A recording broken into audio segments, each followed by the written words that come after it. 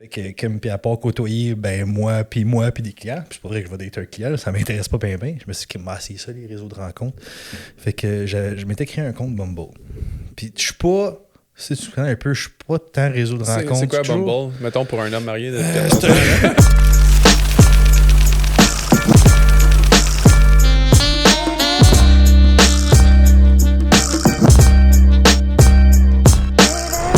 Hey, vive l'entrepreneuriat, hein? Pas brûler pantoute. Non? Non, zéro spin bar. Ah, ça n'a pas de bon sens. Je me lève le matin, là, je te jure, je vois pas pantoute ma journée passée. C'est comme si c'était un robot qui avait pris le contrôle, puis je finis le soir. Puis ça me fait rire parce que, tu sais, on en jase souvent, là, de comme à quel point c'est fantastique être entrepreneur, à quel point, waouh, c'est beau, tu regardes sur les réseaux, tout le monde paraît bien. J'en parlais avec Max aussi tantôt, là, quand on s'en venait, puis il disait, tu sais, lâche ton 9 à 5. Je dis, ben oui, il fait un 5 du matin à 11h soir à la place. Ouais, c'est ça. Mais ça me fait rire parce qu'on fait toujours, tu sais, on rend ça glorieux. En tout cas, ces réseaux sociaux, là, on rend ça glorieux, l'entrepreneuriat, à quel point tout le monde devrait partir sa business, être travailleur autonome. Tabarouette, c'est pas juste beau. Tu nous vois bûcher les deux depuis une couple d'années, une couple de temps, cerner quelques caliques, à travailler des heures de fou. Ça, pour moi, c'est vraiment de l'entrepreneuriat. C'est vraiment du développement des affaires. On bûche dur. Si ton souhait, c'est de partir à ton compte, partir une business puis grossir, tu peux pas t'attendre à faire 3 heures par semaine puis réussir. Sacrifice. Non. Mais moi, j'ai envie de te demander, c'est quoi ta motivation? Pourquoi que tu te lances en affaires? Parce que je vais te donner mon opinion, pourquoi est-ce que tu devrais le considérer, là, mais j'ai envie d'entendre. C'est quoi pourquoi je me suis lancé en affaires? Ouais, ou pourquoi, selon toi, les gens devraient se lancer en affaires? Ben, moi, ma raison à moi, j'ai deux motivations. Il y a de un, je me suis déjà dit dans la vie, je vais être en mesure de me rendre à une place dans ma vie où j'ai pas à dire non. Ouais. Je peux le dire, mais j'ai l'option de dire hey, je suis pas obligé de me refuser ça. Je veux partir en voyage, je peux. Fait que la liberté. La liberté, exact. Mais l'autre, c'est que j'ai toujours eu envie de redonner dans la vie. J'aime participer à des fondations, j'aime encourager, j'aime créer de la valeur autour de moi, pas juste pour moi. Ça, malheureusement, oui, ça prend du temps, oui, mais aussi de l'argent. Ouais. Tu peux redonner de plusieurs façons. Là. Tu peux faire du bénévolat dans ton temps fine, mais tu peux créer aussi un autre impact en redonnant monétairement, en participant à des causes, en partant une fondation. T'en as qui partent des maisons pour les Martin et Matt en a une fondation. Oui, il y a plein d'artistes qui en ont aussi. Ouais. Mais je dirais que c'est mes deux plus grandes motivations. J'aime ça. Toi? La liberté comme tout le monde, là, même si on se la permet pas là, quand on est en croissance. Mais j'avais dit tantôt, parce que j'en ai parlé avec Max en s'en venant, puis j'étais comme... Moi, j'ai toujours été un bon employé dans tous les jobs que j'ai eu. J'ai toujours été super performant, puis j'ai toujours pris ça vraiment à cœur, mais il y a toujours un dénominateur commun qui revenait tout le temps. Pourquoi est-ce que la merde pognait dans mes jobs? Puis c'était moi.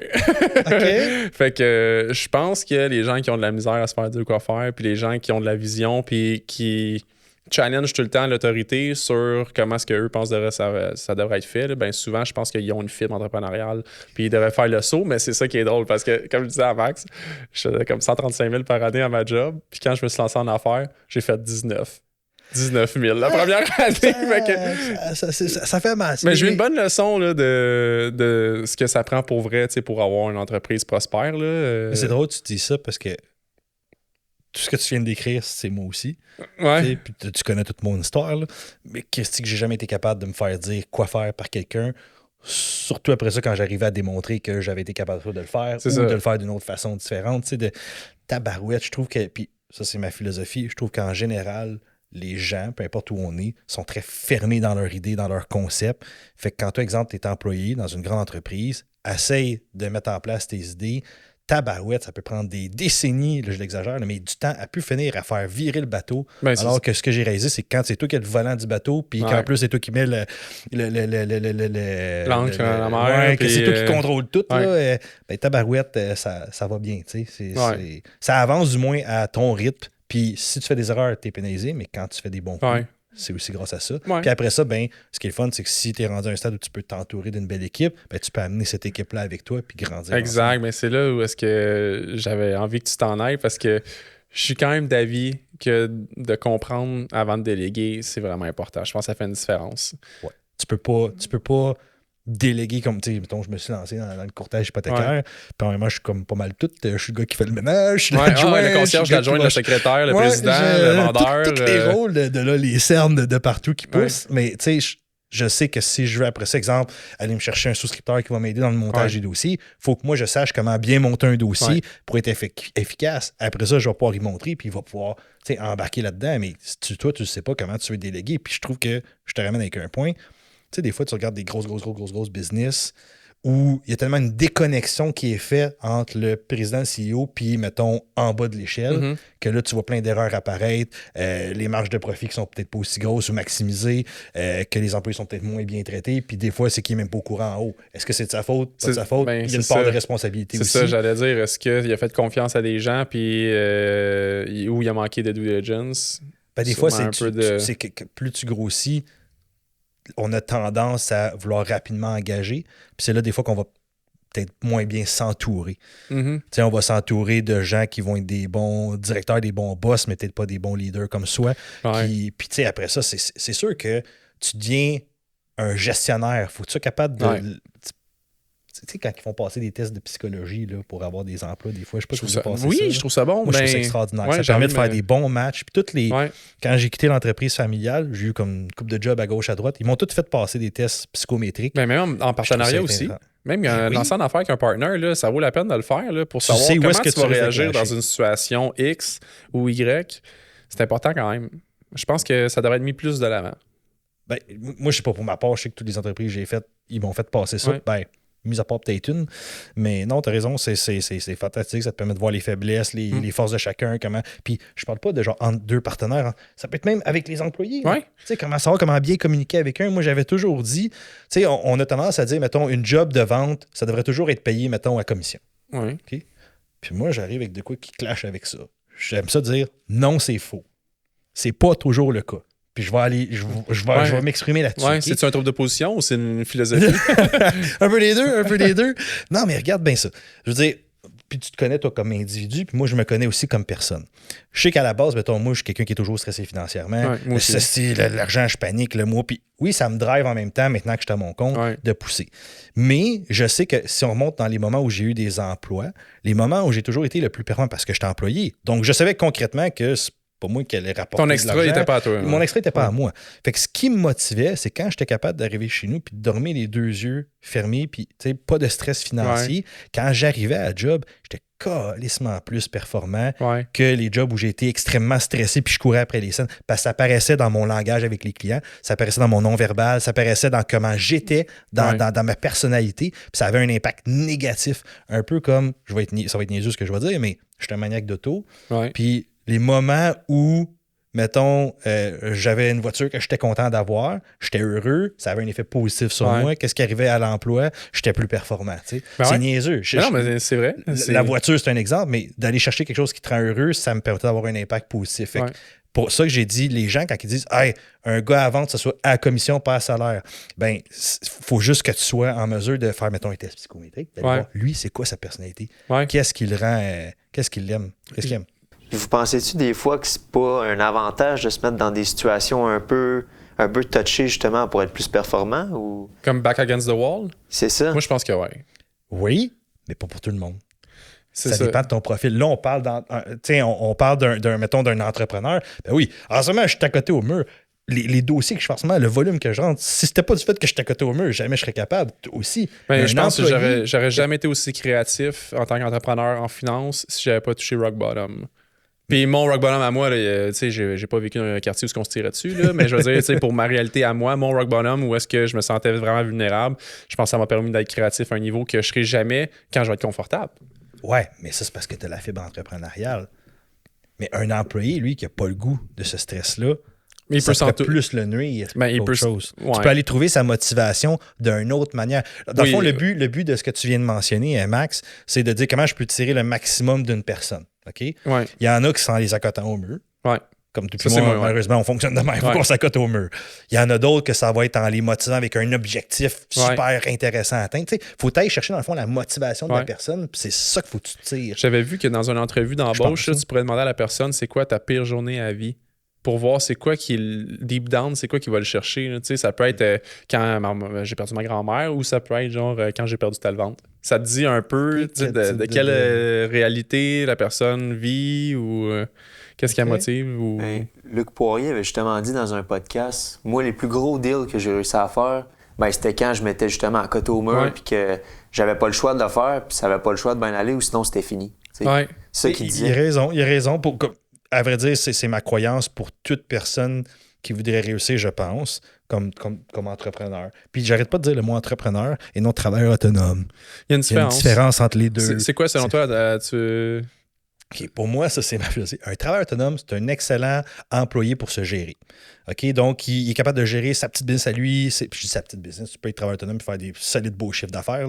Il n'y a aucune négativité là-dedans, mais il va être excellent pour gérer son horaire, développer sa business. Un entrepreneur va vouloir développer une culture d'entreprise, va aller chercher un groupe, va vouloir développer au-delà de... Puis c'est complètement un autre type. C'est pas un est plus haut que l'autre. Là. C'est deux choses différentes. Je pense que travailleur autonome, c'est plus indépendant, puis entrepreneur interdépendant.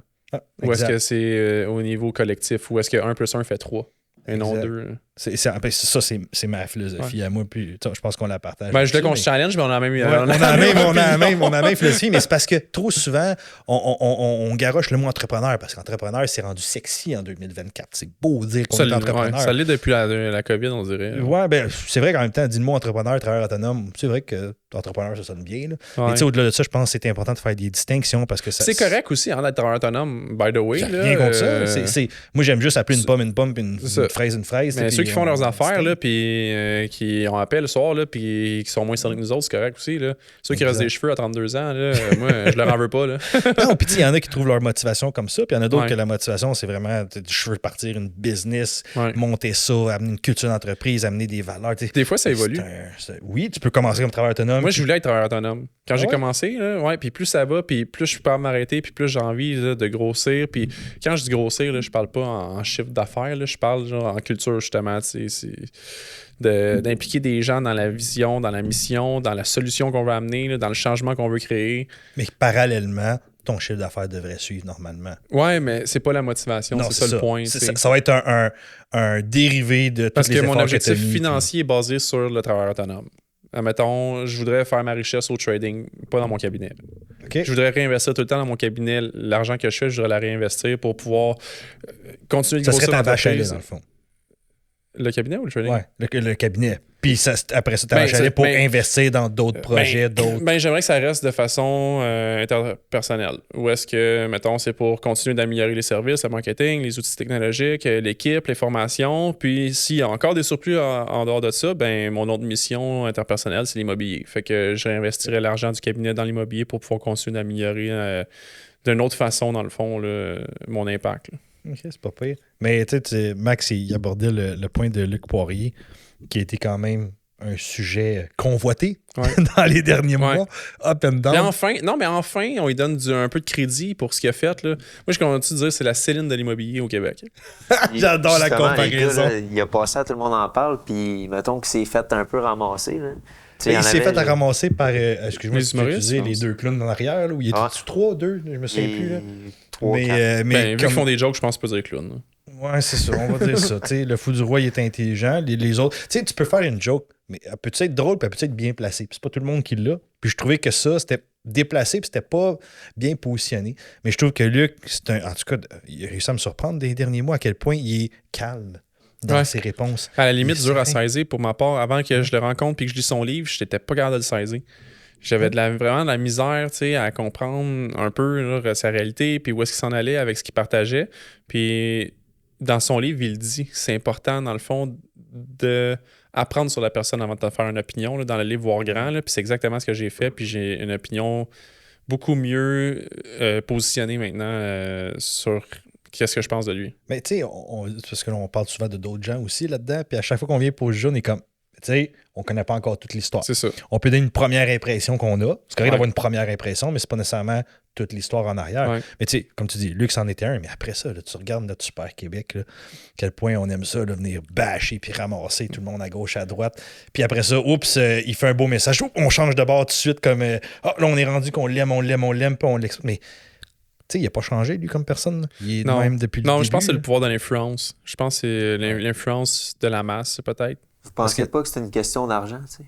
Mettons, ben oui, si l'argent, Luc c'est encore... Poirier faisait pas d'argent, puis que son projet à 240 millions, il l'avait vendu, mettons, à perte ou peu importe. Là. Ben d'un, il aurait probablement pas fait les manchettes. De deux, t'as complètement raison parce que l'argent, c'est encore un gros tabou au Québec, surtout pour les Québécois francophones. Je trouve que c'est moins présent pour les Québécois anglophones. Mais francophones, on a encore un peu cette mentalité face à l'argent où on n'est pas... Puis c'est pas qu'on est négatif, c'est qu'on n'est pas à l'aise d'en parler. Ouais. Ça a toujours été un sujet où dans les familles, on n'en parlait pas. Tu sais, les parents ne parlaient pas de ça aux enfants. Ouais. Fait qu'on dirait que ça a propagé une culture vraiment taboue où on n'en parle pas. Fait que quand on voit publiquement quelqu'un en parler, ben oui, c'est sûr que là, on va parler de peut-être jalousie qui va sortir. On a envie. Puis des fois, ben malheureusement, le message sort peut-être pas de la bonne façon.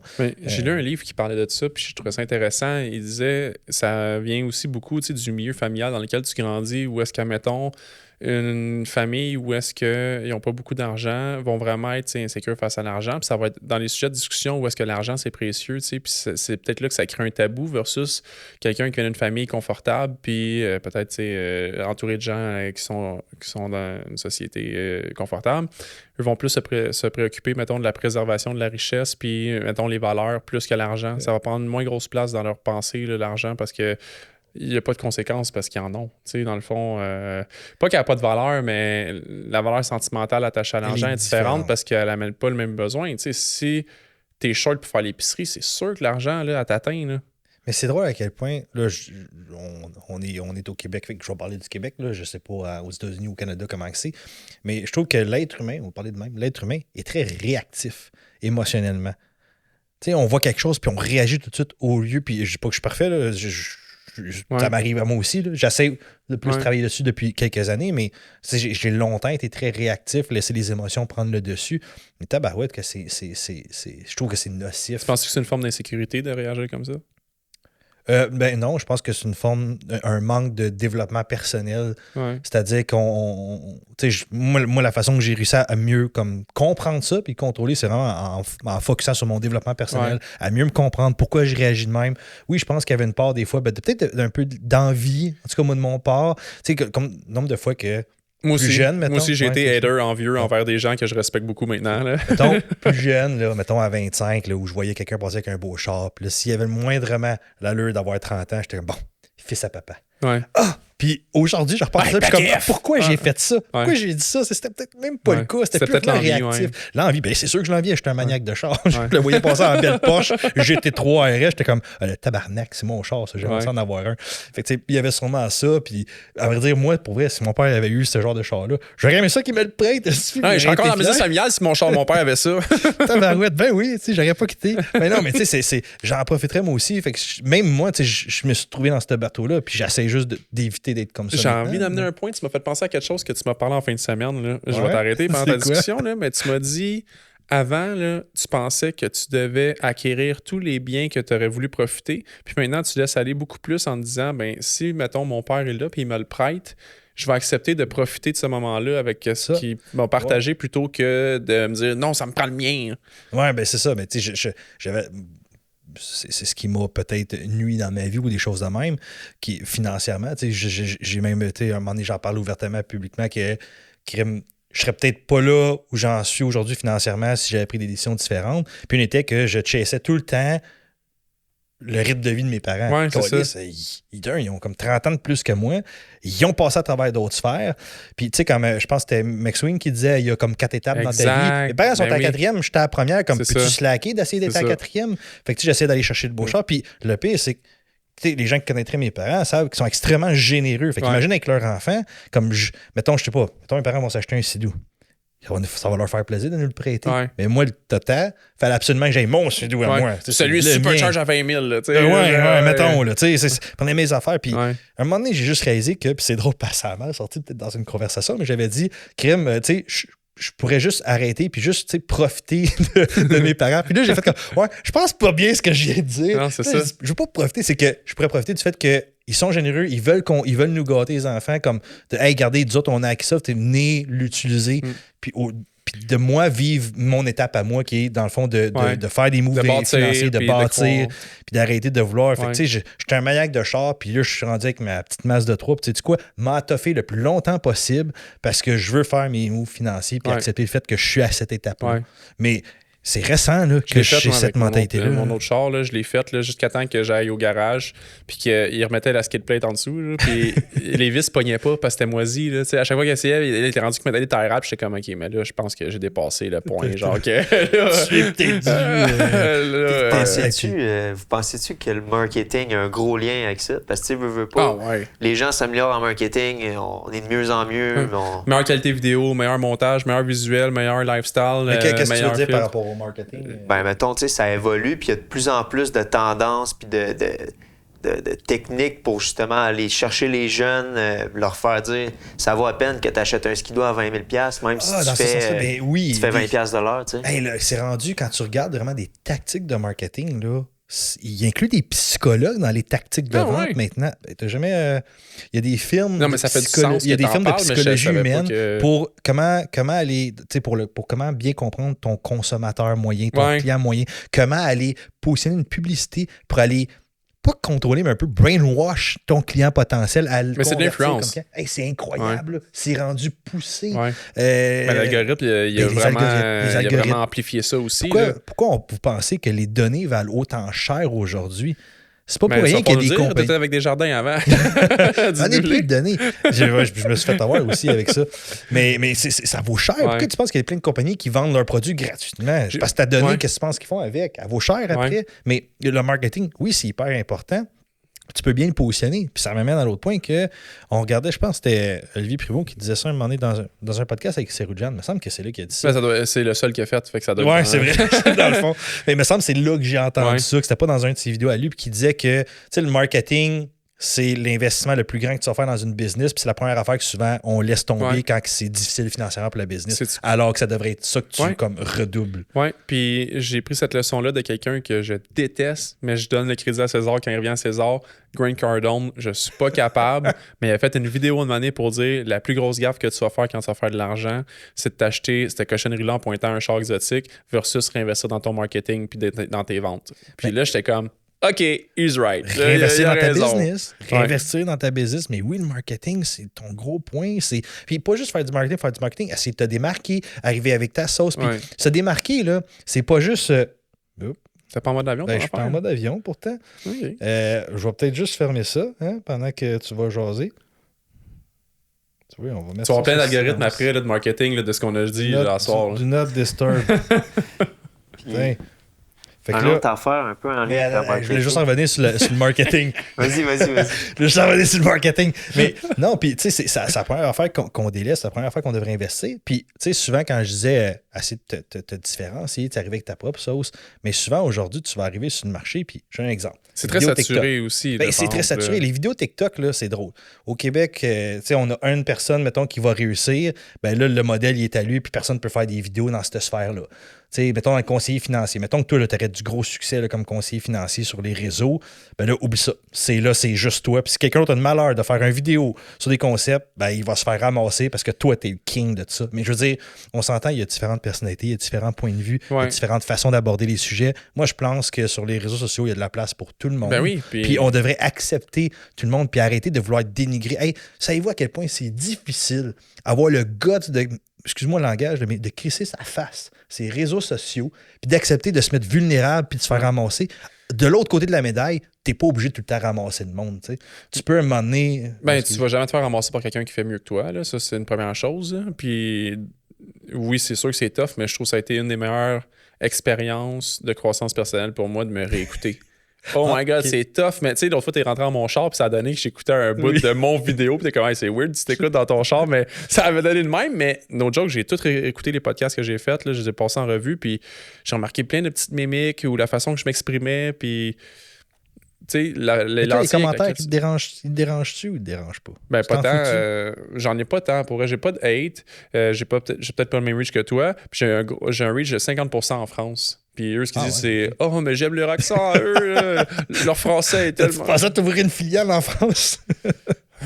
Je vais commencer par le Canada. Le Canada anglophone, là, mais ouais, t'as raison. Moi, c'est peut-être juste... Je sais pas pourquoi mes vidéos... Ben, je sais pourquoi, parce que l'agence que j'ai sélectionnée est vraiment écœurante. Là. Ouais. Puis je pense que je me débrouille pas pire.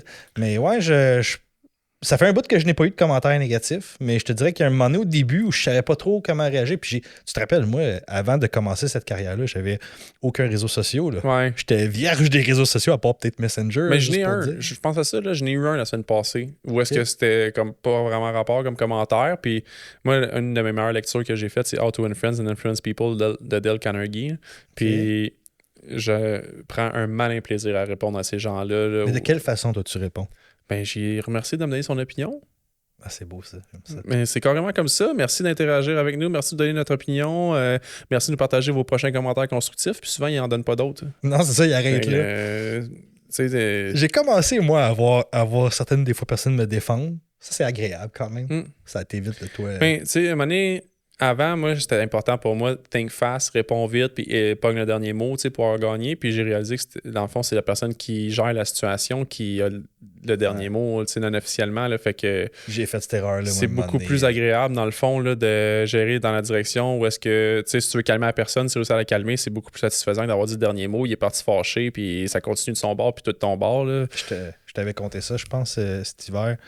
Puis, elle va dire, parce que ça, c'est notre deuxième podcast, mais c'est le premier officiel. On en a fait un moment donné chez vous juste pour tester le terrain. Ça coche pareil, le studio, la qualité est incroyable. 100 fois plus que ça. C'est même pas de comparatif. Là. C'est vrai, non, pas en tout. Là. Ça, c'est bien plus écœurant que ce qu'on a fait.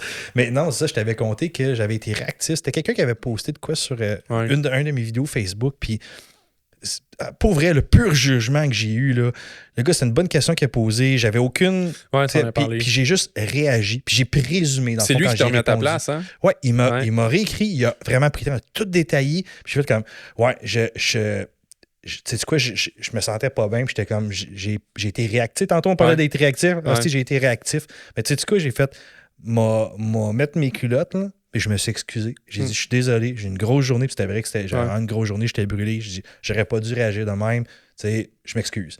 Et Christy, il m'a répondu, wow, il dit, ben merci, des journées de même, ça arrive. Il dit, t'es pardonné, il n'y a pas de trouble. Puis je suis comme, mais quelle belle potentiel de chicane qui aurait éclaté, qui a fini en gentleman, genre, hey, je suis désolé, merci. Puis, tu sais, d'être humble des fois, puis d'avouer qu'on a tort. Oui, clairement. C'est tellement plus facile de lâcher prise quand tu admets que tu as eu tort. Ouais. Max, c'est vrai, t'allais dire. Oui, mais justement, c'est avec le marketing puis tout, là, j'ai vu un article justement que les jeunes privilégiaient pas mal plus genre les achats puis la satisfaction à court terme vs le long terme. Tu sais, Hugo, toi, t'es conseiller financier, courtier hypothécaire, t'es dans l'investissement. C'est-tu vrai, vous autres, de votre point de vue, que les jeunes sont plus court terme que long terme niveau jeune, argent? Pourquoi? C'est quoi pour toi, jeune? Mettons? Ben, jeune, en bas de... En bas de 30 ans, genre 20 à 30? En bas de 25? En bas de 30 ans, en bas de 40, tu sais. Tu y allais en premier? Ben... Ou tu sais, en général. Là, regarde, je vais donner mon opinion tout de suite, si tu veux. Là. Ouais, vas-y. Mais on va prendre TikTok comme exemple. Pourquoi TikTok fonctionne autant? Ça vient créer un effet, tu sais, comme positif. Ouais. J'ai perdu le terme, là, mais un effet là, voyons. De dopamine. De dopamine, c'est ça, de dopamine rapide. Puis après ça, il faut consommer, et tu skippes les vidéos. C'est pour ça qu'on est parti de long, short vidéos à du short term. Ça doit être pour ça aussi que les gens nous demandent si on a de la crypto. mais oui, regarde ça doit être pas mal la même raison. Avec la crypto-monnaie qui est en flèche, le monde, on cherche la dopamine à court terme. Fait que oui, ça va être aussi dans l'achat. Puis, tu sais quoi, on m'a parlé de moi-même. Parce que quand je disais que j'étais un maniaque de voiture, là, pourquoi tu penses quand je disais, hey, j'ai acheté une voiture, ça m'a apporté un bonheur, j'étais meilleur à la job? Dopamine! J'étais comme, hey, wow! Parce que pour moi, c'était un effet de bonheur. Mais tu sais quoi, je vais aller plus loin. J'ai réalisé. Parce que, tu sais, dans mon développement personnel, je suis pas aussi bon que ça. Je suis pas capable de faire ça tout seul. Fait que j'ai une super thérapeute qui me suit et qui m'aide dans tout ce cheminement-là. Mais justement, un moment m'a fait réaliser que c'était pas juste les autos, là. Moi, une de mes façons d'aller me remonter le moral et me réconforter, c'était de dépenser de l'argent. Puis ça n'avait pas besoin de coûter cher. Ça peut être aussi niaiseux que j'avais une mauvaise journée. Je sais pas, c'était pas des fans. Une chance que t'avais pas ici avec les athlètes en arrière. Ah, je serais dans la merde. Mais je suis déjà parti de chez nous pour aller m'acheter un pain puis revenir, là. Puis c'était mon bonheur, ça, là. Ouais, j'ai dépensé 5$ puis j'étais heureux, là. Je suis capable de me trouver une raison de sortir ma moto, moi aussi. Si c'est pour un pain, je vais y aller, là. Mais sinon, toi, moi, je fais partie d'eux. Je fais partie de eux, moi aussi, parce que je sais c'est quoi mon point de non-retour financièrement parlant, ou est-ce que je sais que je vais être capable de plus faire ce que j'ai pas envie. Je vais travailler pareil, mais je ferai plus ce que j'ai plus envie. Je vais pouvoir gâter les gens autour de moi. Je vais pouvoir peut-être offrir une retraite à ma mère. Puis je sais ce point-là, c'est quoi que ça me prend. Puis je me mets terriblement de pression avec ça. Là. C'est comme si dans ma tête, j'allais crever à 40 ans. J'ai 32, là, puis mon 40, là, je me mets de la pression. Là. Je te dis, là, je suis rendu à un point là, que je calculais en fin de semaine, là, puis je me disais... Mais quand je parle avec des gens qui n'ont pas la même vision que moi, là, c'est gênant de leur dire comment est-ce que je me fais du stress avec ça. Là. C'est comme si dans ma tête, je parle de placer genre 150 000 par année, genre je suis pas correct. Je pense pas que c'est un peu à cause des réseaux sociaux. On pousse c'est souvent clair. Genre, oui, c'est clair. Devenir riche, faire 1 million, devenir millionnaire en dedans d'un an. Il y a ça, il y a aussi le fait... Puis, excuse-moi, mais là, ce que tu disais tantôt que Pierre-Yves McSween, il y a ça aussi. Tu sais, mettons, je vais prendre l'exemple là, d'un trader que j'aime son mindset. Mon ami m'envoie tout le temps des vidéos de lui. Je dis, il est bon, je vais aller le suivre. Puis là, je le suis. Puis là, depuis une semaine, 30 000 une journée, 50 000 une journée. Il a acheté une Ferrari, un virement de 680 000 cash. Ça fait genre 20 ans qu'il fait ça. Puis là, moi, ça fait 10 ans. Là, je suis comme, il faut que je mette les bouchées doubles. Il faut que je rattrape, là, tu sais. Mais c'est clair que c'est la comparaison. C'est clair que c'est le marketing, puis les réseaux sociaux, puis... La ligne, elle est mince. La demi-vérité aussi. Ouais, là, de la ce ligne qu'on est voit. mince entre... Tu te sers de ça comme motivation pour te développer, et ça vient te nuire, puis au contraire, ça fait juste comme te mettre tellement de pression que tu deviens comme... T'es incapable de bouger. T'es figé sur place. C'est dur à gager là-dedans. Tu regardes les autres réussir, moi je le cache pas, regarder d'autres réussir, ça me motive, mais la ligne elle est mince. Je sais où je peux me rendre, je sais que les réseaux sociaux, moi je peux pas me tenir là-dessus, parce que c'est nocif, parce que j'ai tendance à me comparer. Exact, je suis quelqu'un qui, ma confiance en moi est tough à maintenir, j'y arrive, mais comme je sais où je peux aller puis où je peux pas aller. Tu trouves des outils, tu mets des timers, moi je mets des timers, j'enlève mes applications, je remets le soir pour aller checker. J'ai 35 minutes par jour pour Instagram et Facebook ensemble, puis je le bosse quand je me couche. Si je mets peut-être une petite run avant d'aller me coucher, là, je prends pas mon timer dans la journée, mais avant, la journée que j'ai mis mon timer, il a barré tout de suite. Je savais, il était comme 6h30 du matin, puis j'avais déjà bossé mon temps, puis maintenant, je le bosse plus. Mettons, ça arrive si je vais me coucher, là, que je vais faire une petite run, mais sinon, tu te mets des outils en place, c'est comme si, mettons, il faut que tu travailles dans ta business, mais t'aimes ça jouer au PlayStation, mais c'est pas d'arrêter de jouer, ben vends-la. C'est ça. Ben, c'est pas tout le monde qui est capable nécessairement de faire ça puis qui atteint. Mais tu peux t'entourer de gens qui vont t'aider. Ouais, comme nous deux. ben oui, mais ça peut être des amis, ça peut être la personne avec qui tu partages ta vie aussi, ça peut être... T'sais, peu importe qui est-ce que tu trouves que mutuellement vous vous entraidez, il faut pas que ce soit win-lose, il faut que ce soit win-win. Là. Ouais. Mais j'avoue que se trouver une compagne de vie qui peut venir positivement t'influencer là-dedans, avec les deux côtés, là, pas juste à sens unique. En fait, elle me ramène sur la terre. Là. Quand je l'échappe, là, comme je te disais, là, avec mes angoisses, puis le stress, puis la pression que je me mets, là, à un moment donné, comme OK, mais là, tu devrais passer une journée avec tes enfants, puis je suis comme, t'as raison, puis j'oublie tout mon stress. Comme là, c'est la semaine de relâche cette semaine, là, puis je suis allé faire une activité avec eux hier, je vais faire du snow avec mon gars, puis c'est ça qui va me permettre de revenir fresh dans la business après, là, parce que... C'est pas... mais c'est dur de mixer temps personnel avec temps business. Surtout quand tu es en plein développement. Tu sais, exemple, toi, tu as des enfants. Là, c'est trop de comparaison ce que je vais faire là, Max, là, mais tu as des enfants, moi, je livre la pizza à la fin de semaine. Mais dans le sens où, tu sais, puis honnêtement, je savais à quel point j'ai eu honte d'en parler au tout début, mais j'étais comme, je m'en fous. Financièrement, je veux que ma compagnie réussisse. Puis moi, ben, j'ai commencé, puis j'avais pas un an d'argent de côté pour être capable de survivre. Fait que moi, je me suis lancé à côté sur le mur. Moi, je l'avais défoncé le mur. J'étais à côté complètement dans... J'étais dans la chambre du voisin. Ah ouais, si, je pouvais pas être plus à côté que ça. Puis oui, ça a fait en sorte que je suis rendu là où je suis rendu après que j'ai commencé en octobre. Je suis pas mal assez fier des chiffres que je rentre, mais je sais que c'est à cause de ça. Mais...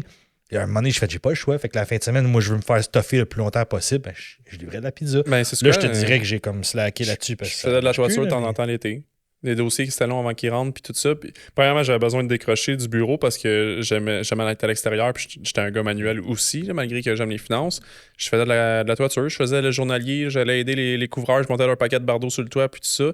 Ça me faisait prendre de l'air, je faisais mes dossiers le soir, puis ça me donnait un 400 genre, à la fin de la semaine, parce que j'avais fait quelques jours. Ils respectaient mon horaire, tu sais, que j'avais des appels importants à prendre, puis tout ça. Mais quand j'étais là, par exemple, je compensais pour l'appel que j'avais pris, là, tu sais, je livrais la marchandise. Ben, tu l'as dit, dit, tu es un excellent employé. Tu avais juste à prendre des ordres.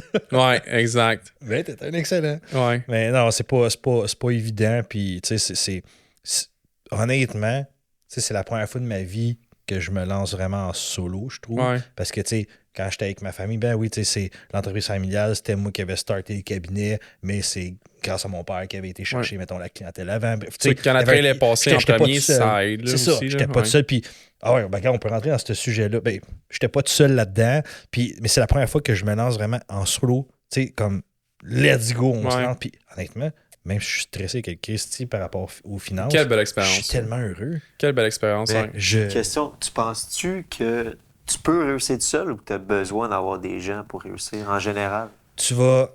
j'aime ça parce que j'en ai parlé avec mon père dernièrement puis il m'a challengé là-dessus. Tu peux partir tout seul, mais tu réussiras jamais. Ça dépend où tu veux te rendre. Puis là, regarde-moi ce que je veux dire. Non, mais regarde bien ce que le point qui m'a amené. Parce que moi, j'ai dit tu peux réussir tout seul. Il m'a dit non, regarde bien ça. Tes fournisseurs, tes collaborateurs, tes références, tes clients. Ton premier client qui t'a fait confiance. T'es jamais tout seul. Il t'a aidé parce qu'il t'a fait confiance alors que tu n'avais pas d'expérience. Ouais.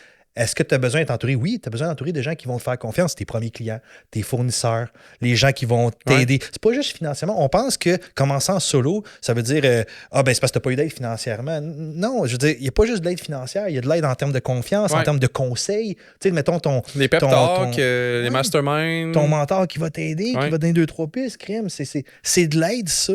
Fait que de commencer en solo sans aide, ça n'existe pas. Il y a quelqu'un à quelque part qui va t'aider, quitte à ce soit ton premier client qui va te faire confiance. Je suis quand même chanceux, j'ai beaucoup de référencements, là, puis je remercie tous ceux qui me réfèrent, là, merci beaucoup. C'est le meilleur. Je m'étais dit, si jamais, Mané, je viens dans une période difficile, je vais mettre mon ego de côté, je vais appeler les gens que je sais qui pourraient m'aider, puis je vais leur dire, écoute, j'aurais besoin de ton aide. Qui pourrais-tu me référer que tu sais que je vais aider? Parce que tu sais que je suis honnête, je suis intègre, puis... mais tu dis ça, ça veut dire que clairement, tu as des gens que tu pourrais appeler pour faire ça. Est-ce qu'on est mieux... Fait que là, moi, je te challenge. Pourquoi pas le faire avant d'être rendu là?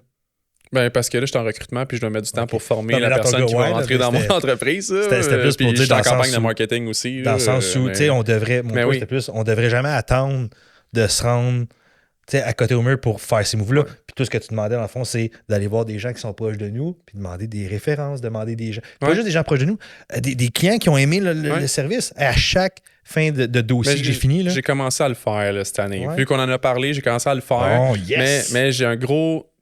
Je sais pas, je peux dire que c'est un toc, là, mais pour moi, là, à chaque fois que l'année commence, je ne peux pas démarcher si j'ai pas rappelé mes clients existants. Mes clients existants doivent être contactés à chaque année. Puis, ça fait partie de ta gestion de patrimoine puis de garder un follow-up à chaque année. À notre goût à nous, oui, mais la réalité, c'est que c'est pas tout le monde dans le domaine des services financiers qui font ça. C'est pour ça tu te démarques. Je pense que ça aide en tout cas, puis je prends vraiment ça à cœur parce que je trouve ça important de traiter les gens comme moi, j'aimerais ça être traité. Puis je suis exigeant. Fait que je dois deliver de l'autre côté puis faire ce qui est en mon possible. Je suis pas parfait, puis j'en fais des erreurs, puis il y a des clients des fois qui sont pas contents, mais je recover, puis je pogne la balle au vol, puis je fais ce que je peux. Mais c'est pour ça qu'avant de démarcher, j'essaie toujours de rappeler les clients avec qui j'ai travaillé. Démarcher, ça peut être... Je dis ça parce que nombre de fois que j'ai vu des gens pas demander des références à leurs clients. Puis quand je finis, mettons, j'ai fini un dossier là. On y a envoyé la finale, tout est beau. Puis à la fin, je fais juste dire comme comment t'as aimé ça. Ça veut dire j'ai souvent pas le besoin de dire comment t'as aimé ça. Ils sont quand même merci, ça m'a aidé, j'ai eu des bons conseils. Puis je leur dis, sais-tu quoi la plus belle affaire que tu peux faire pour moi? Comme non. Si t'as la chance un jour de parler de... Donne-moi 10 noms, puis tu vas pouvoir faire de l'argent sur eux qui vont référer d'autres mondes. Oui, c'est bon. En parlant de ça, un petit concept MLM. Vous pensez quoi du MLM? Sujet sensible? Ben non, c'est que... Un MLM à mes yeux, à moi, là, j'ai jamais vu un MLM où t'as pas 90% des gens qui se font avoir, puis 10% des gens qui réussissent. C'est-à-dire le top en haut, OK? Mais tu sais, à la base, un MLM, t'es vraiment pas loin d'un concept pyramidal. Tu sais, la seule grosse différence entre un concept pyramidal et un MLM, puis on en jase un peu, mais tu sais, une pyramide, là, c'est que, dans le fond, la façon primaire de faire ton argent, c'est d'aller recruter des gens. Quand c'est ça, tu as un système pyramidal. Tu sais, exemple, l'affaire de de produits, je ne sais pas si on peut nommer les noms, là, mais bref, mettons que tu as un produit connexe que tu vends, exemple, je sais pas moi, tu es courtier hypothécaire, puis si tu vas recruter quelqu'un, mettons ça. C'est un concept, là, mettons, tu es courtier immobilier, courtier hypothécaire, tu vas recruter quelqu'un, puis tu fais une cote dessus, ben il y en a, tu es dans les agences immobilières, tu as ton directeur d'agence. Ouais. Bon, ben ça s'arrête souvent à celui en bas. Mettons qu'il va rechercher quelqu'un d'autre, mais que de l'autre côté, tu peux vendre des maisons pour faire du gros cash. OK, fine.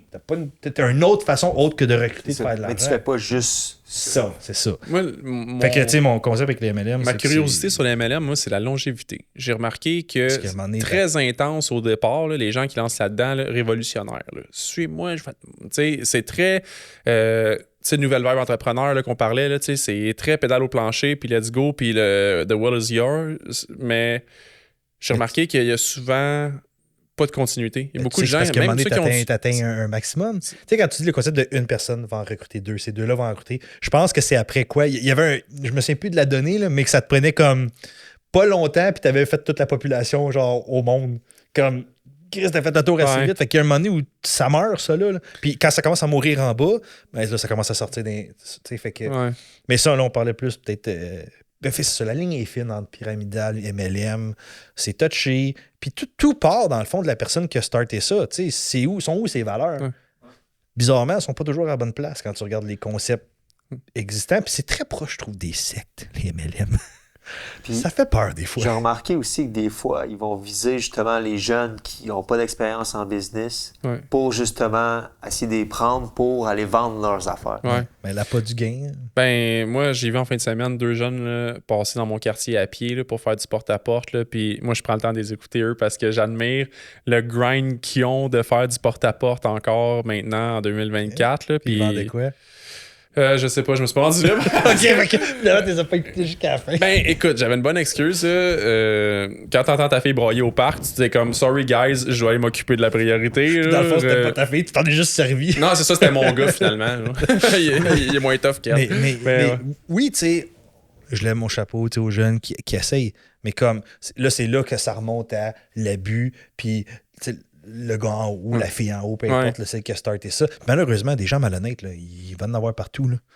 Tu sais, la meilleure façon qu'on peut contrer ça, c'est d'en parler ouvertement. De ne pas avoir peur de se mettre. Mais là, encore une fois, on revient à tantôt. S'afficher ses réseaux sociaux, c'est se mettre tout nu. Tu sais, peut-être que ce qu'on vient de dire, là, t'as bien ça, le monde de Herbalife venez commenter sur notre vidéo. Mais je pense comme quoi que c'est de la merde ce qu'on vient de dire, là.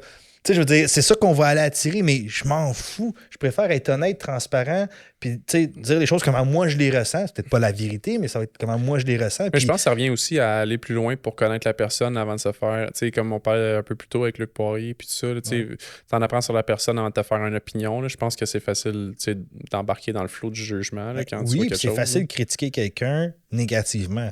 Moi, j'aime aussi critiquer juste positivement, amener les points forts, les points faibles d'une personne, puis de juste amener peut-être de quoi de plus constructif. Mais je vais ramener le livre de Dale Carnegie, How to Friends and Influence People, là, puis il disait tout le monde que tu vas rencontrer dans ta vie, il y a quelque chose qui peut t'apprendre.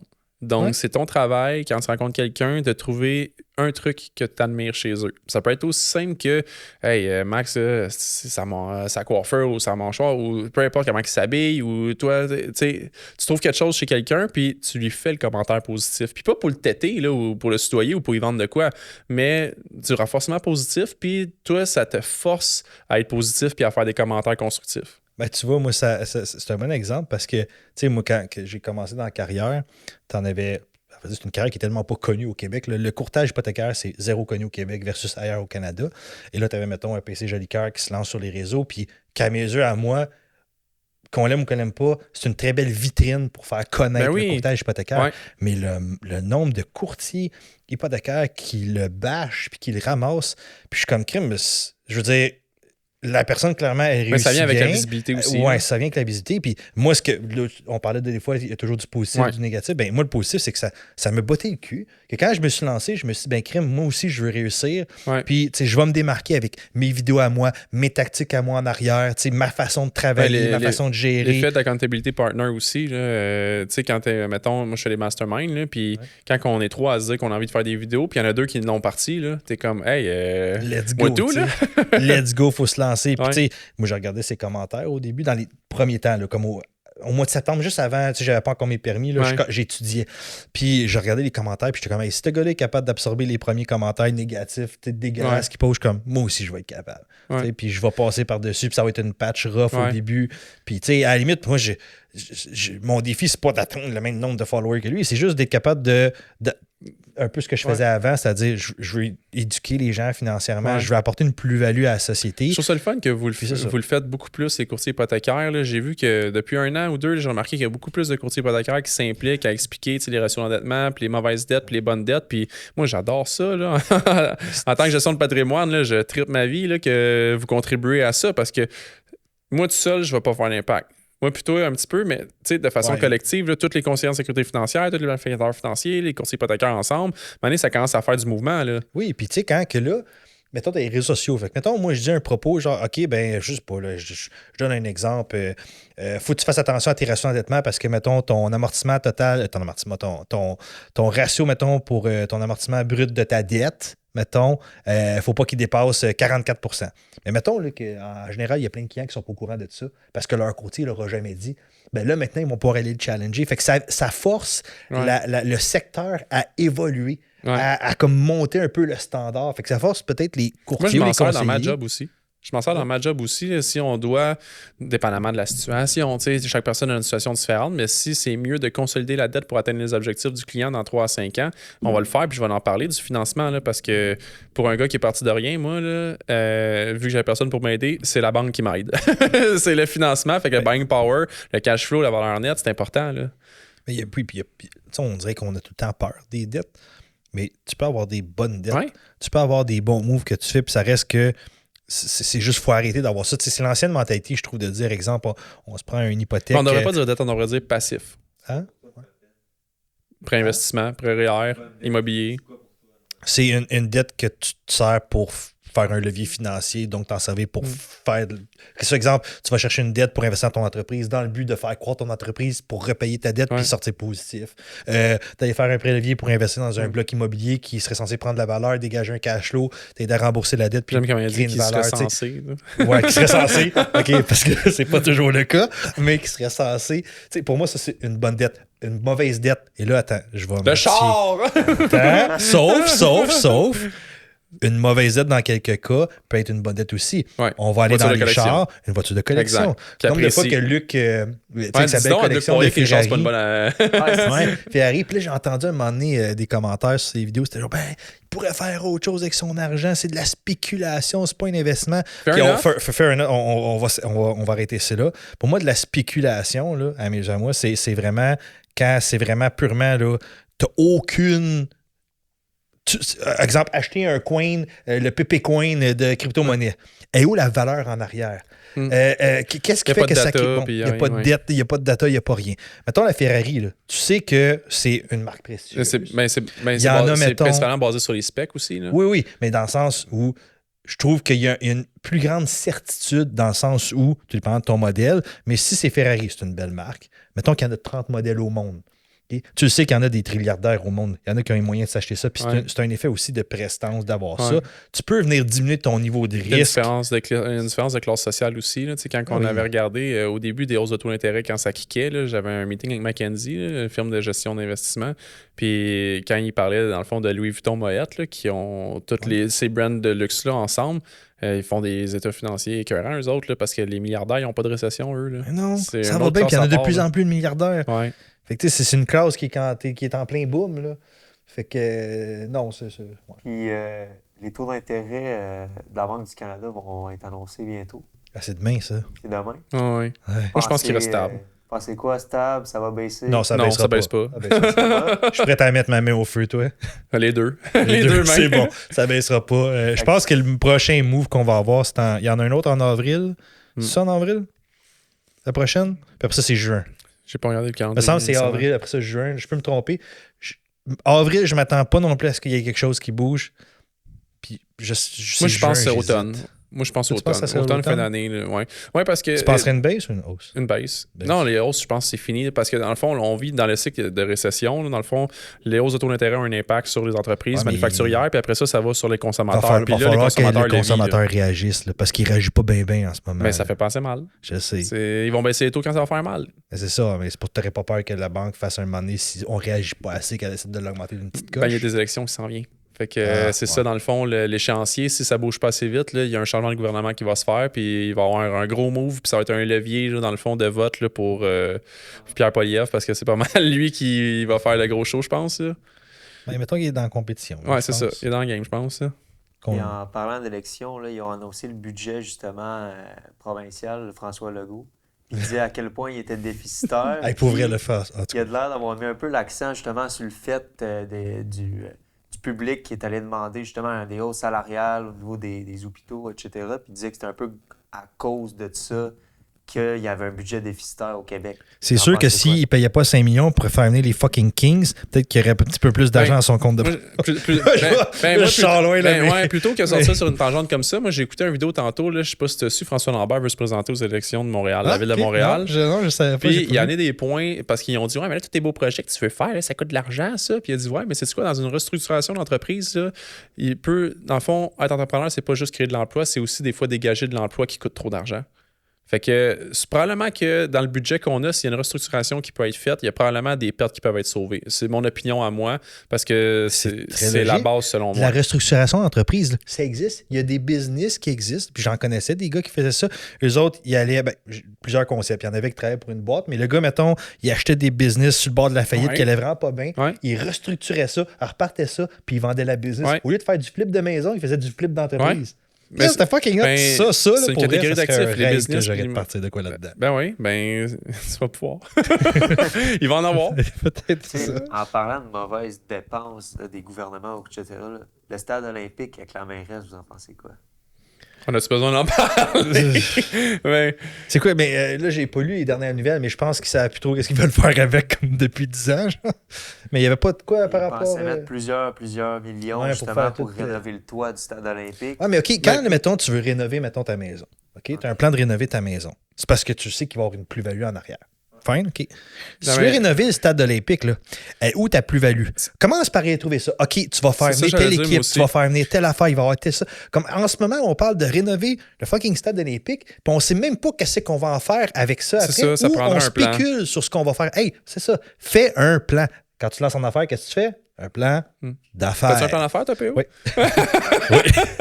Pour vrai, oui, j'ai un plan d'affaires. C'est la première affaire que j'ai faite. J'ai un plan d'affaires écrit, puis j'en ai un aussi détaillé, mais j'ai un plan de match, où est-ce que je veux me rendre, qu'est-ce que je veux faire, mes étapes. Mais Christy, tu n'as pas le choix. Sinon, comment tu peux justifier après tes dépenses, tes investissements? Je suis capable de m'auto-justifier ça. Mais moi aussi, j'ai besoin d'avoir un target de levier pour pouvoir dépenser ou investir. Eh bien, le stade olympique, c'est François Lambert qui a fait un commentaire là-dessus, que on pourrait transformer ça en logement. François Lambert, justement, son point, pourquoi il annonçait, finalement, je pense qu'il s'est désisté, mais pourquoi il voulait se lancer en politique, c'est justement, il disait que la mairesse était incompétente.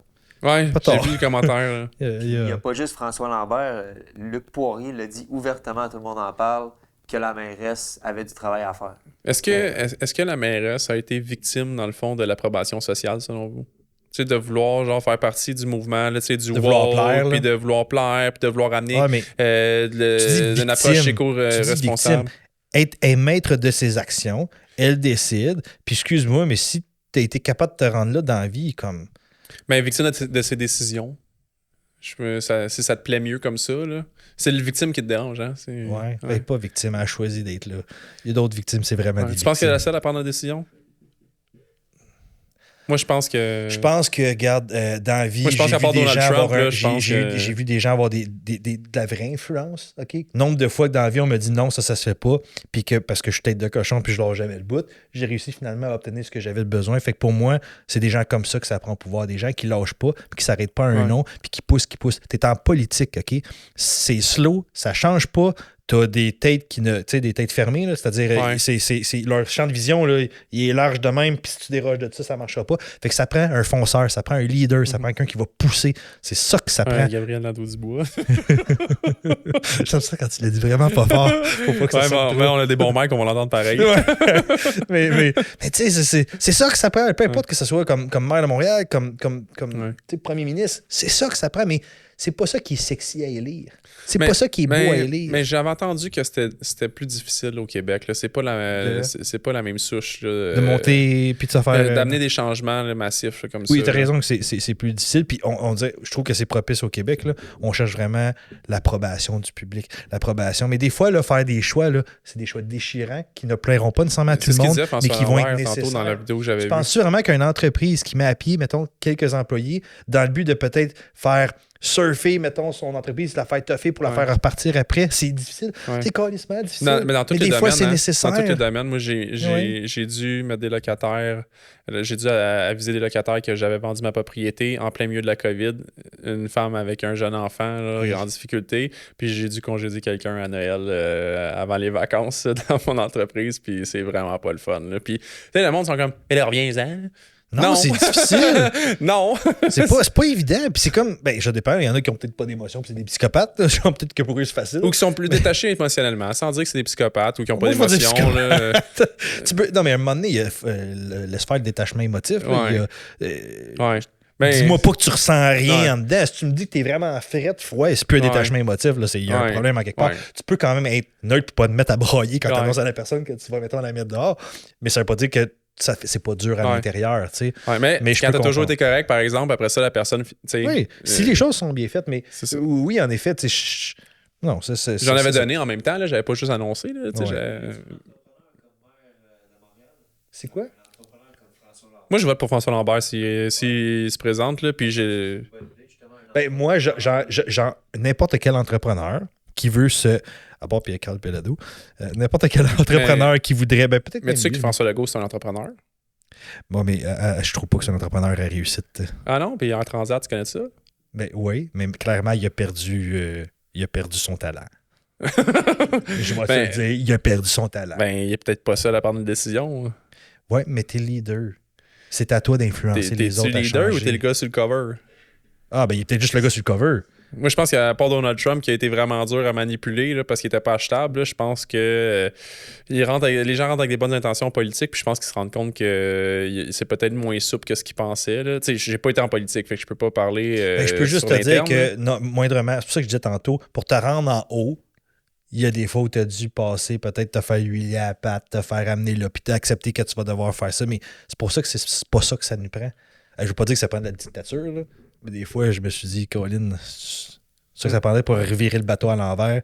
Des fois, c'est de quoi de drastique de dire comme, boum, je te dis pas, on revient à ça, là. Mais je veux dire, moi, je pense que si on finissait par élire vraiment quelqu'un qui est prêt à vraiment faire du changement, puis à pousser à fond pour du changement, on aurait du moins un semblant de résultat. Oui, mais il faut que la société se mobilise aussi pour suivre le mouvement. Ouais, mais ça te prend quelqu'un que tu as le goût de suivre. Pas quelqu'un que quand tu l'écoutes, tu as l'impression qu'il dit aux deux mots de la bullshit. Sacrifice. Sois juste honnête, sois intègre, sois transparent, même quand c'est pas beau. Tu vas voir la population, elle va te suivre parce qu'elle va apprécier le fait que t'es franc. Mais il avait fait ça pendant la COVID, pendant la pandémie. Il avait fait preuve de ça, François Legault. Tu sais, j'ai l'air de prendre son bord, là, c'est juste parce que j'essaie de neutraliser la conversation puis de te challenger aussi. Ben, oui, mais je trouve que quand tu regardes globalement la picture, comme il l'a échappé trop souvent. Puis, il y a un moment donné, pendant le COVID, là, tu voyais qu'il n'osait pas dire des choses, qu'il retenait. Comme, non, garoche, ça va faire mal, mais pète l'abcès. Let's go. Comme, arrête de faire... Ça paraît. Un peddler, quelqu'un qui bullshit, ça paraît. On le ressent. C'est tout, ça se ressent. Tu sais, genre, puis il y a des fois, j'annonce des affaires pas le fun à des clients, là, ou même des partenaires, là, comme c'est pas cool ce que je vais dire. Là. Puis je le dis, puis j'ai jamais quelqu'un qui m'a envoyé chier à cause de ça. Toujours poliment. Je pense que c'est une façon de livrer le message aussi. Oui. Tu sais, j'ai un client à un moment donné, je sais pas trop là, en tout cas, une situation vraiment pas le fun, puis tu sais, je fais tout pour l'aider, puis ça faisait 10 courtiers qui appelaient avant moi, là, puis il n'y a pas un chat qui l'avait rappelé puis qui l'aidait, puis je vous le dis, le dossier, zéro payant, je le fais juste parce que j'ai un grand cœur, puis je peux pas le laisser de même, tu sais, c'est un gars à la retraite en plus, puis tu sais, je veux l'aider, puis hey, je me bats, là, j'y arrive à avoir plein d'exceptions, tout le kit, puis à un moment donné, il est vraiment maudit parce qu'il fallait qu'il fasse une évaluation de sa propriété, puis le prix n'est pas sorti comme il voulait. Puis là, il commence à dire, la petite jeune qui est venue faire ça, tu sais, hey, jeune est incompétente. Puis là, j'étais comme, tu sais, je sais pas à quel âge qu'elle a, mais je dis, tu sais, c'est peut-être juste vraiment la valeur. Puis à un moment donné, il dit, tu sais, vous êtes tous des crosseurs ou des arnaqueurs. Non, il a dit, vous êtes tous des arnaqueurs.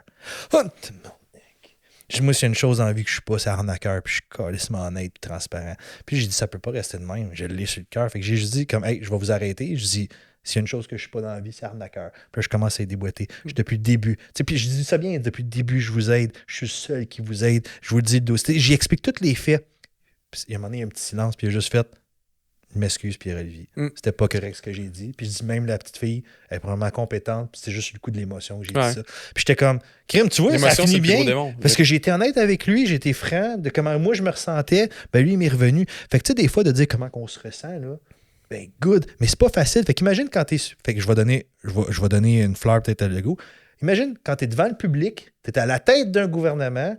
Je peux comprendre que c'est pas toujours facile. Ben, mais tu te dois de le faire. Puis excuse-moi, mais tu te dois d'être tenu à des standards plus élevés. Si c'est challengeant de faire une vidéo de mettre sur TikTok, là, ça l'est de parler devant une population qui compte sur toi aussi. Là. Je sais, mais si t'es pas fait pour être là, tu devrais pas être là. C'est normal qu'on te mette à des standards plus élevés peut-être que les autres parce que ce poste-là nécessite ça. Il nécessite ça, malheureusement. Puis, si à un moment donné, tu perds cette flamme-là, ben c'est à toi comme premier ministre de dire, OK, ben il faut que je passe la flamme à quelqu'un d'autre. Tu penses vraiment qu'ils veulent donner le pouvoir à quelqu'un d'autre? Pas en tout, ils veulent le garder. Puis c'est pour ça qu'après ça, tu les vois périr à vue d'œil comme des tu sais, que ce soit peut-être pas Donald Trump, là, mais tu sais, Biden, Colin, je sais pas s'il pourrit de l'intérieur, là, mais... Justement, en parlant de Biden, là, je sais pas si vous avez vu passer, là, il a retiré pour 1,2 milliard de bourses d'études pour les universités américaines. Vous en pensez quoi de ça? Il a enlevé 1,2 milliard. Qui a annulé de dette, là? Ouais, j'ai vu ça. De dette, OK, qui a annulé de dette. Ouais, c'est ça. Moi, je suis une vieille école, là. Moi, je pense qu'il n'y a pas de meilleure leçon que les pieds dans le bout. Fait que je pense qu'il y a d'annuler une dette étudiante. Je comprends le mouvement en arrière, mais je crois que ça fait partie du processus d'apprentissage, dans le fond, de sortir de l'école avec ton bagage, tes responsabilités, puis de devoir bâtir, puis de rembourser ta dette étudiante. Challenger. Je suis pas contre les bourses, puis tout ça, là, puis l'aide, là, mais... Challenger sur un point. Est-ce que... Parce que là, je sais pas dans quel contexte il a fait ça, comment il a choisi les gens qui allaient rembourser. Moi, j'irais de l'autre point de vue. On s'entend qu'il y a des fois, peut-être plus aux États-Unis, là, mais tu vas aux études, tu bûches dur pour sortir de là pour un métier qui va te rapporter 50 000 par année. C'est un choix. T'es bourré de dettes. Je sais que c'est un choix. Mais mettons que tu veux apporter de l'aide.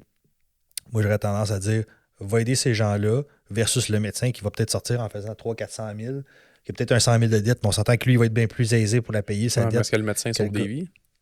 Ben non, mais c'est correct. Là, on parle pas de un a une meilleure carrière puis sauve des vies. Ouais, peut-être qu'il sauve des vies. Puis c'est correct qu'il soit bien payé. Moi, j'essaie de voir comment tu quantifies ou tu qualifies, dans le fond. Là, ben, c'est que le gars, mettons, qu'il fait 50 000 par année puis il y a 40 000 de dettes pour avoir fait son métier. Je vais te donner un exemple. Tu t'en vas dans la DPJ. Tu t'en vas aider les jeunes. Tu t'en vas travailleur social. C'est glorifiant, ça, comme travail. On a besoin de ça pour les aider. Hostie, ils font pas des revenus à tout casser. Là. Fait que, tu sais, mettons, toutes les dettes qu'ils entraînent, là, tu dis, le médecin sauve des vies. Plutôt qu'annuler la dette étudiante, je pense que je subventionnerais un programme. Qu'est-ce que tu veux dire? Ben, plutôt que d'annuler la dette étudiante, genre, de tous ces étudiants, genre, dans le fond, genre, je subventionnerais un programme qui est en demande où est-ce qu'on a besoin, dans le fond, de main-d'œuvre, ou est-ce que ça a un impact sur la société. Je mettrais en place, tu sais, dans le fond, là, regarde, je cherche quelqu'un pour recruter, là, si je veux me démarquer, je vais lui donner du bonbon, je vais lui donner des jours de vacances, je vais lui donner des avantages sociaux, je vais lui donner, tu sais, ben, c'est le même principe. Ouais, mais je pense que c'est une façon différente d'aller faire l'impact. Tu sais, je te dis pas de clairer la dette. Là, on parle de clairer la dette. Tu peux venir donner un coup de main. Ça peut être une formule parmi tant d'autres. Tu sais, on va dire, tu vois, tu as amené une formule, je n'ai amené une. Ça peut être un mix. Ben, c'est peut-être la façon que moi je l'ai perçu, mais la façon que j'ai vu le message de ce que Biden a fait, c'est comme de dire, hey, j'ai donné une PCU à tout le monde, puis après ça, on check plus, genre, on passe l'éponge. Ouais, ben, j'ai pas de plus. T'as-tu plus de détails sur qu'est-ce qu'elle a fait? Parce qu'encore une fois, c'est juste garocher ça pour acheter des votes. Puis c'est probablement aussi un petit peu une influence là, qui a fait ça. Là. Le timing est drôle. Il est drôle. Il est un petit peu drôlement timé, mais Je fais juste dire que, quand tu disais le médecin qui sauve des vies, il y en a d'autres qui font peut-être des métiers moins glorifiés. C'est juste parce que, qui sauvent des vies aussi. Je suis pas d'accord d'annuler une dette étudiante si, dans le fond, je comprends que t'en arraches quand t'as des études, ta job est peut-être pas payante, mais arrive pas avec ton café Starbucks puis ta Audi. Là. Ouais, mais là, c'est là qui est dur, parce que dans une société... Parce que moi, mon bureau est en haut chez du collège Montmorency. Non, mais je comprends. Mais c'est là que c'est dur de... C'est parce que pour une personne qui achète son café Starbucks, il y en a combien qui, eux, essayent de tout faire puis que c'est difficile. Ça, fait que là, comment après ça, dans une société, tu arrives à... Non, mais c'est pour ça que je parle de si tu cibles par programme, là, puis par nécessité d'emploi. Je m'excuse, mais si tu sors qu'une dette étudiante parce que tu veux être le botaniste ou fleuriste, sûrement qu'il y a un besoin quelque part là-dedans, mais si on compare par rapport à des PJ, comme tu disais, je vais mentionner un programme versus l'autre, parce qu'il y a quand même une dette d'État qu'il faut gérer, puis à un moment donné, si tu crées de l'inflation... Moi, j'ai pour dire que l'État pourrait être un petit peu mieux géré que ça. C'est pour ça que ça nous prendrait un vrai entrepreneur qui a des vrais guts, ça fait pas 20 ans de ça qu'il a réussi. Mais justement, Donald Trump, c'en est un entrepreneur. Puis, d'un point de vue économique, là, il a quand même fait des affaires. Oui, c'est vrai, il peut être... on va aller, c'est plus juste d'être, là, je focus sur l'entrepreneur, mais ça prend un entrepreneur qui a une tête sur ses épaules et qui est capable d'être pas neutre, mais d'avoir quand même un point de vue un peu neutre, capable d'évaluer une situation de façon terre à terre, de pas avoir un point de vue forcé, genre moi je refuse que les Mexicains traversent, fait que je vais mettre une barrière. Il est comme fermé dans ses idées. Je pense à François Lambert. Pour vrai, là, moi, de quoi? La façon, l'entrepreneur que tu décris, là, moi, je pense François Lambert. De mon point de vue à moi, je trouve que oui. Je trouve qu'il y a un super beau côté humain. Et ça, c'est de ce que je connais. Je connais pas l'envers de la médaille, je connais pas sa vie personnelle. Je comprends pas comment les gens peuvent le hate. J'ai dit, pour moi, j'en ai pas de hate. Parce qu'il dit ouvertement ce qu'il pense, ce que moi j'admire. Parce qu'il est franc. Puis moi, je pense que c'est ça qu'on a besoin au Québec comme leader. De quelqu'un de franc, d'honnête, de direct, de transparent. Sur le coup, ça fait mal. Comme je dis, tu pètes l'abcès, ça fait mal. Mais qu'est-ce que tu te sens bien après? Je ramène des affaires, là, mais t'as-tu vu, je m'excuse de t'avoir coupé, là, mais tu sais, elle a fait un panneau publicitaire sur le bord de l'autoroute, puis ça disait t'aimes pas ta job, va-t'en. Il est pour vrai? Ben oui, ça avait fait réagir, ça. Ah, c'est extraordinaire. Le monde avait haï ce panneau-là. Mais il avait haï pourquoi? Je suis sûr que les gens qui ont haï, c'est parce qu'au fond d'eux, ils savaient comme, ouais, j'ai haï ma job. Ben probablement. Puis son point de vue était bon. C'était comme si tu rentres le matin avec ton attitude négative parce que t'aimes pas ce que tu fais, t'as un impact sur toute l'équipe. Tu nuis à toute l'entreprise, puis au bonheur aux autres, puis à la productivité. Puis tu nuis à ton propre bonheur. Puis à ton propre bonheur à toi aussi, exact. On va commencer avec l'autre. Mettons, on s'en fout des autres, tu nuis à ton propre bonheur. Quitte, puis va ailleurs. Je sais bien que c'est pas facile, on dit ça facilement, genre comme si c'était facile de quitter une job sans aller, mais tu peux commencer des démarches. Là, à vrai dire, toute décision commence par un premier pas, après ça un deuxième. J'amène un tour du chapeau, là, 3e round de Dale Carnegie, How to Win Friends and Influence People. Là, vous allez sûrement vous acheter ce livre-là on est commencé par Dale Carnegie, merci. Ben, il disait, à un moment donné, il a congédié quelqu'un, puis la façon qu'il a amené le congédiement, c'est en expliquant à la personne qu'elle avait plein de qualités puis qu'elle était compétente dans plein de domaines puis que dans les fonctions qu'elle avait, elle n'exploitait pas son plein potentiel puis qu'elle serait mieux de se repositionner dans quelque chose qui lui correspond plutôt que de perdre son temps dans un emploi genre, qui la renferme là, puis qui la laisse pas s'épanouir. La personne elle a dit merci. Il a de la congédier. Mais tu sais quoi, en même temps, ce qu'il a apporté, c'est peut-être une réalisation qu'elle n'était pas rendue là. Ouais. Puis juste le petit talk-là, ça fait comme hey, ouais, tu sais quoi, t'as raison. Je me rappelle, moi, l'année passée, avant que je commence le cabinet, j'avais été travailler pour une start-up, puis j'avais rencontré les deux personnes qui avaient investi dans l'entreprise. Il était 3, mais j'avais rencontré les 2 qui étaient, mettons, un peu plus majoritaires. Je me rappelle, je n'avais rencontré un des 2, puis il avait fait comme Christy P.O. Il dit, je sais pas qu'est-ce que tu colles ici. Je dis, qu'est-ce que tu veux dire? Je dis, il dit, t'es fait pour être entrepreneur. Il dit, je comprends pas qu'est-ce que tu viens faire ici. Fait que j'y avais juste dit, je suis d'accord avec toi. Je sais qu'un jour, je vais partir mon entreprise. Mais c'est facile à dire. C'est pas si facile de trouver dans quoi tu vas te lancer, puis quel produit tu vas créer, puis quel tu vas vendre. Honnêtement, il était parti à rire. J'avais dit, tu sais, pour l'instant, je sais que je vais tout me donner quand je vais travailler pour toi, mais je sais qu'un jour, je vais le faire. Puis quand j'ai quitté, puis j'ai pris la décision de me lancer dans mon affaire, je repensais à sa conversation, puis j'ai dit, petit Chris, il avait raison aussi. Ben, le pire, il avait raison, mais moi, je trouve que avoir une job, c'est la meilleure école avant de te partir en affaires.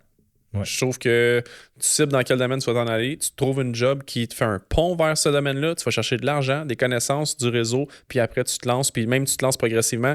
Je dis pas, lance-toi pas all-in, tu peux le faire, mais je pense que j'ai expliqué à un de mes clients la semaine passée qui est travailleur autonome ou qui se lance, puis j'ai dit, tu sais, le grind de bâtir versus le grind de s'en sortir, c'est le même niveau d'intensité de grind. mais il y en a un qui draine plus que l'autre, tu sais. Fait que je pense que t'es mieux de grind pour bâtir que de grind pour t'en sortir. Si t'as la chance de le faire, tu sais, si tu peux faire une transition, je pense que c'est une façon stratégique de le faire. Ouais, mais tu sais, je te dirais que faut se faire une pause pipi. Ça se fait-tu, ça? Bon, de toute façon, on est à 1h30 à peu près, là.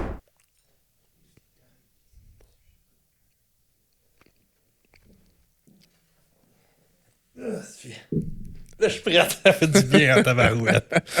Hey, je pensais à ça en me vidant la vessie. Mais tu vas rire. Tu sais, on parle souvent d'intelligence artificielle là, dernièrement. On fait des manchettes partout. Moi, je t'en compte une bonne avec ça.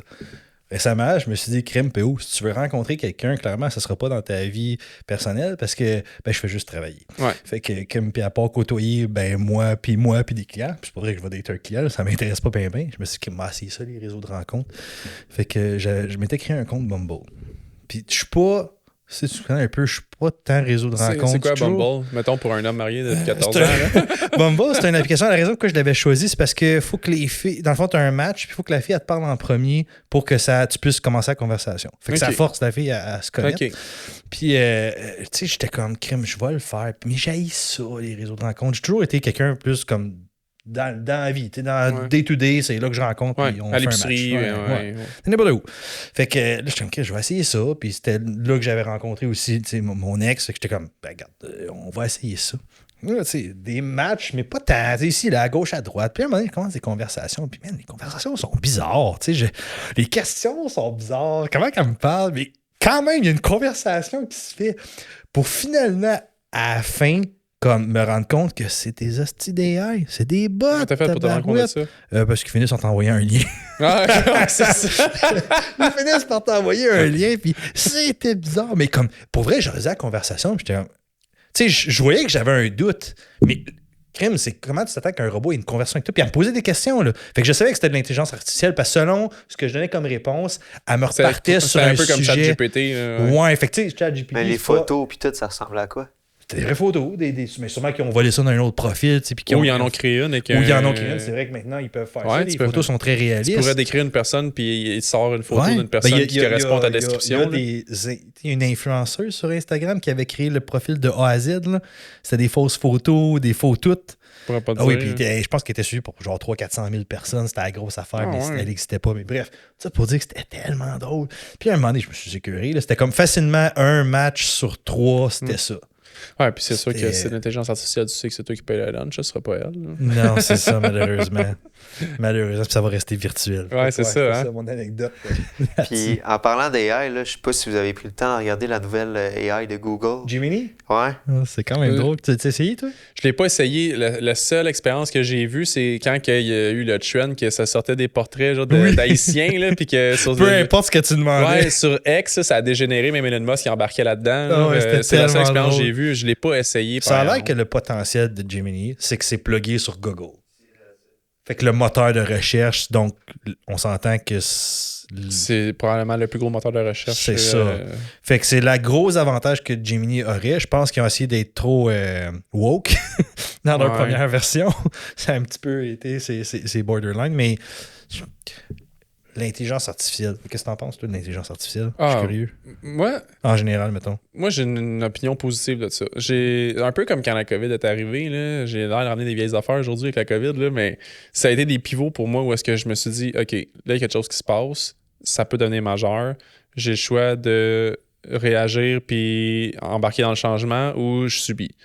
Fait que c'est ça que j'ai fait quand on a eu un changement, parce que nous, dans notre domaine, c'était beaucoup en personne, puis en présentiel, puis maintenant, on est rendu à distance.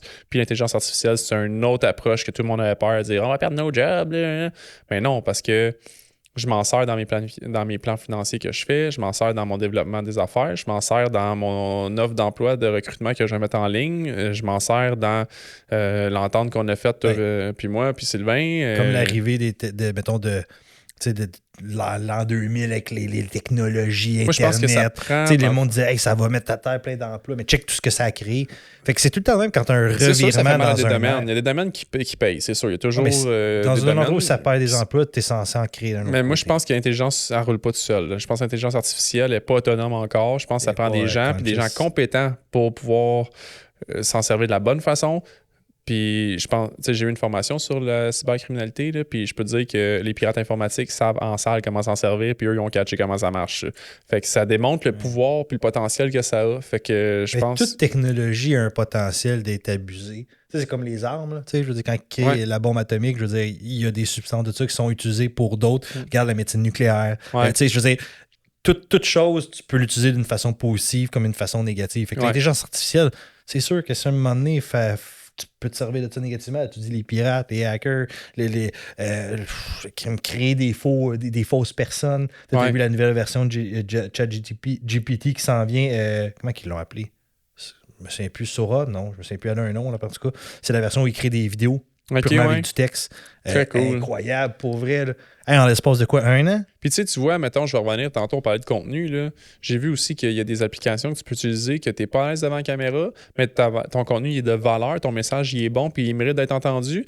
Ben, tu vas pouvoir utiliser une personne que tu choisis dans le lot, tu choisis la voix, tu choisis le portrait, puis tu lui dis qu'est-ce que tu veux qu'il fasse comme vidéo, puis il le fait à ta place. Fait que, je pense que c'est des alternatives.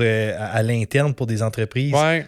Non, ça, c'est pas pire, ça. Ben oui, ben c'est plein de façons où est-ce que le moment donné, tu sais, il y en a plein de gens là, qui pourraient être bons à faire des vidéos parce que leur message il est bon, c'est juste qu'ils sont pas confortables devant la caméra, mais ça, c'est une alternative où est-ce qu'au moins, tu bloques pas le message puis tu démotives pas la personne à passer de l'avant. Fait que je pense que ça a sa place, je pense qu'il faut l'accepter, je pense pas qu'il faut se mettre en mode défensif. Faut vraiment c'est juste de voir jusqu'où ça va se rendre. C'est quoi, t'as-tu vu... jusqu'au next big thing. Ça va être d'autres choses de mener, puis on va l'oublier. C'est Tesla qui a sorti un robot qui bouge, me semble, c'était ça. Boston Dynamics, ils en font pas mal. Ouais, mais c'était pas Boston, c'était la vraie version robotique humain, là, genre style humain. Non, je pense pas que c'est Tesla. Oui. Celle qui a parlé avec Tony Robbins, là? Hein? Celle que Tony Robbins avait passé en entrevue, puis il avait revu genre 2 ans après. Il est genre blanc, le robot. Non, c'est Tesla qui a fait ça. Puis il y avait la première version, là, genre un an à peu près, où le robot marchait vraiment, puis ça apparaissait, c'était pas fluide. Puis c'était visuellement, il était pas beau non plus. Là. Puis il a fait une version 2, je pense que c'était comme 9 mois plus tard, qui est sorti dernièrement. Hey, tu regardes le robot marcher, là. C'est fluide dans ses mouvements. La tête, comment il bouge, c'est extraordinaire. Mais ce que je veux dire, c'est à quel point le progrès il est rapide. Mais t'as-tu vu les Apple Vision que ça a l'air?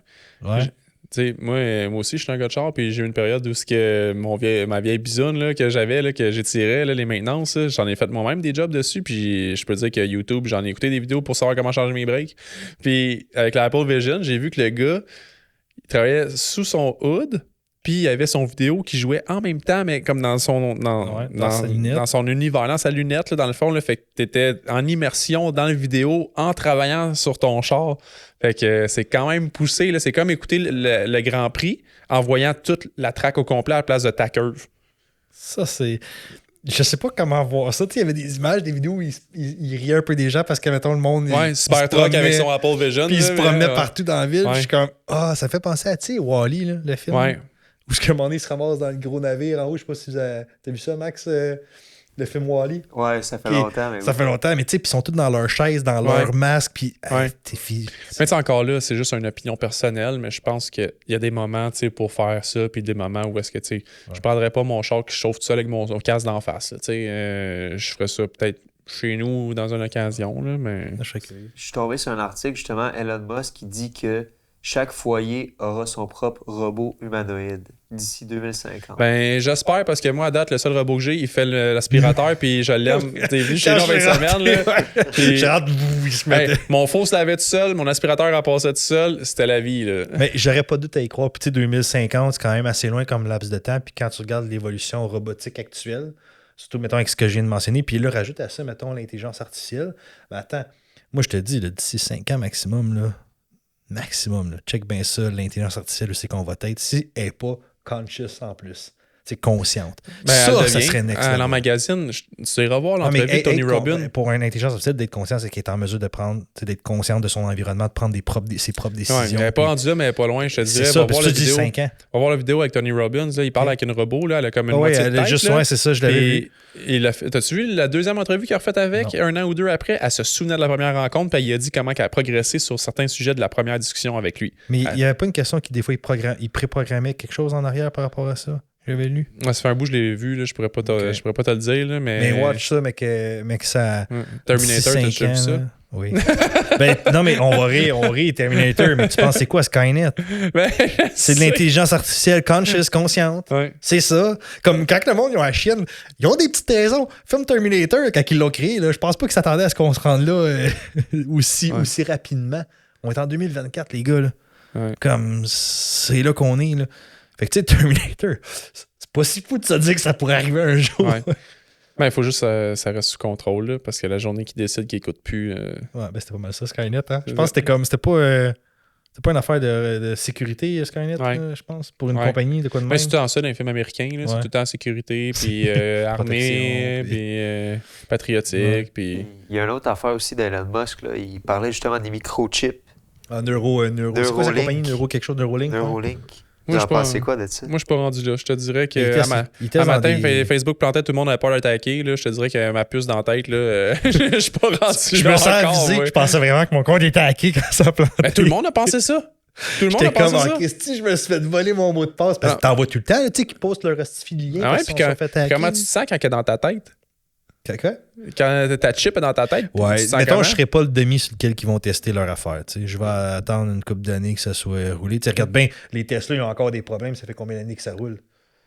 T'sais, avant, ouais, c'est ça. Je serais pas le testeur d'un produit. Du moins, pas avec cette ampleur. Pensais-tu que ça va faire un plus gros gap entre les riches et les pauvres? Parce que les riches vont pouvoir se permettre des affaires, de se mettre des microchips puis d'avoir plus de capacité. C'est le film Limitless, là. Ouais. Ça serait le fun, ouais, mais t'as-tu vu le downside de ça, par exemple? Là? Si t'arrêtes pas de l'apprendre, là, à la fin, il est sous contrôle, le gars, là. Tout va bien.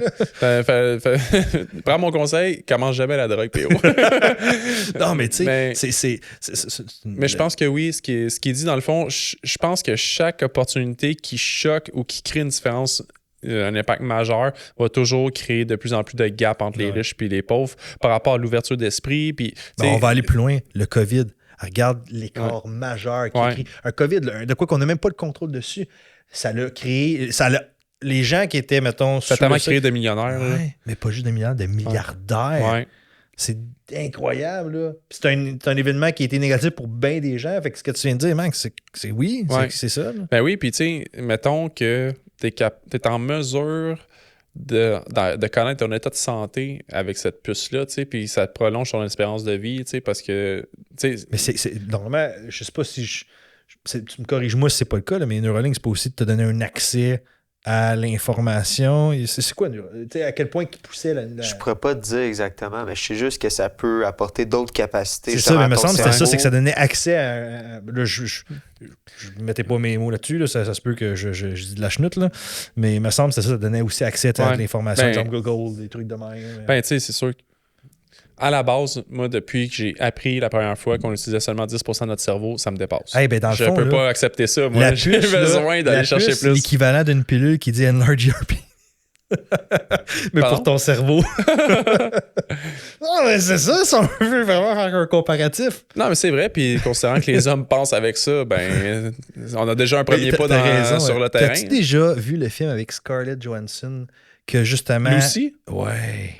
C'est un petit peu trop pour moi. Je sais, mais c'était quand même écœurant le concept d'atteindre tranquillement des facettes. Je suis plus documentaire de finance la fin de semaine.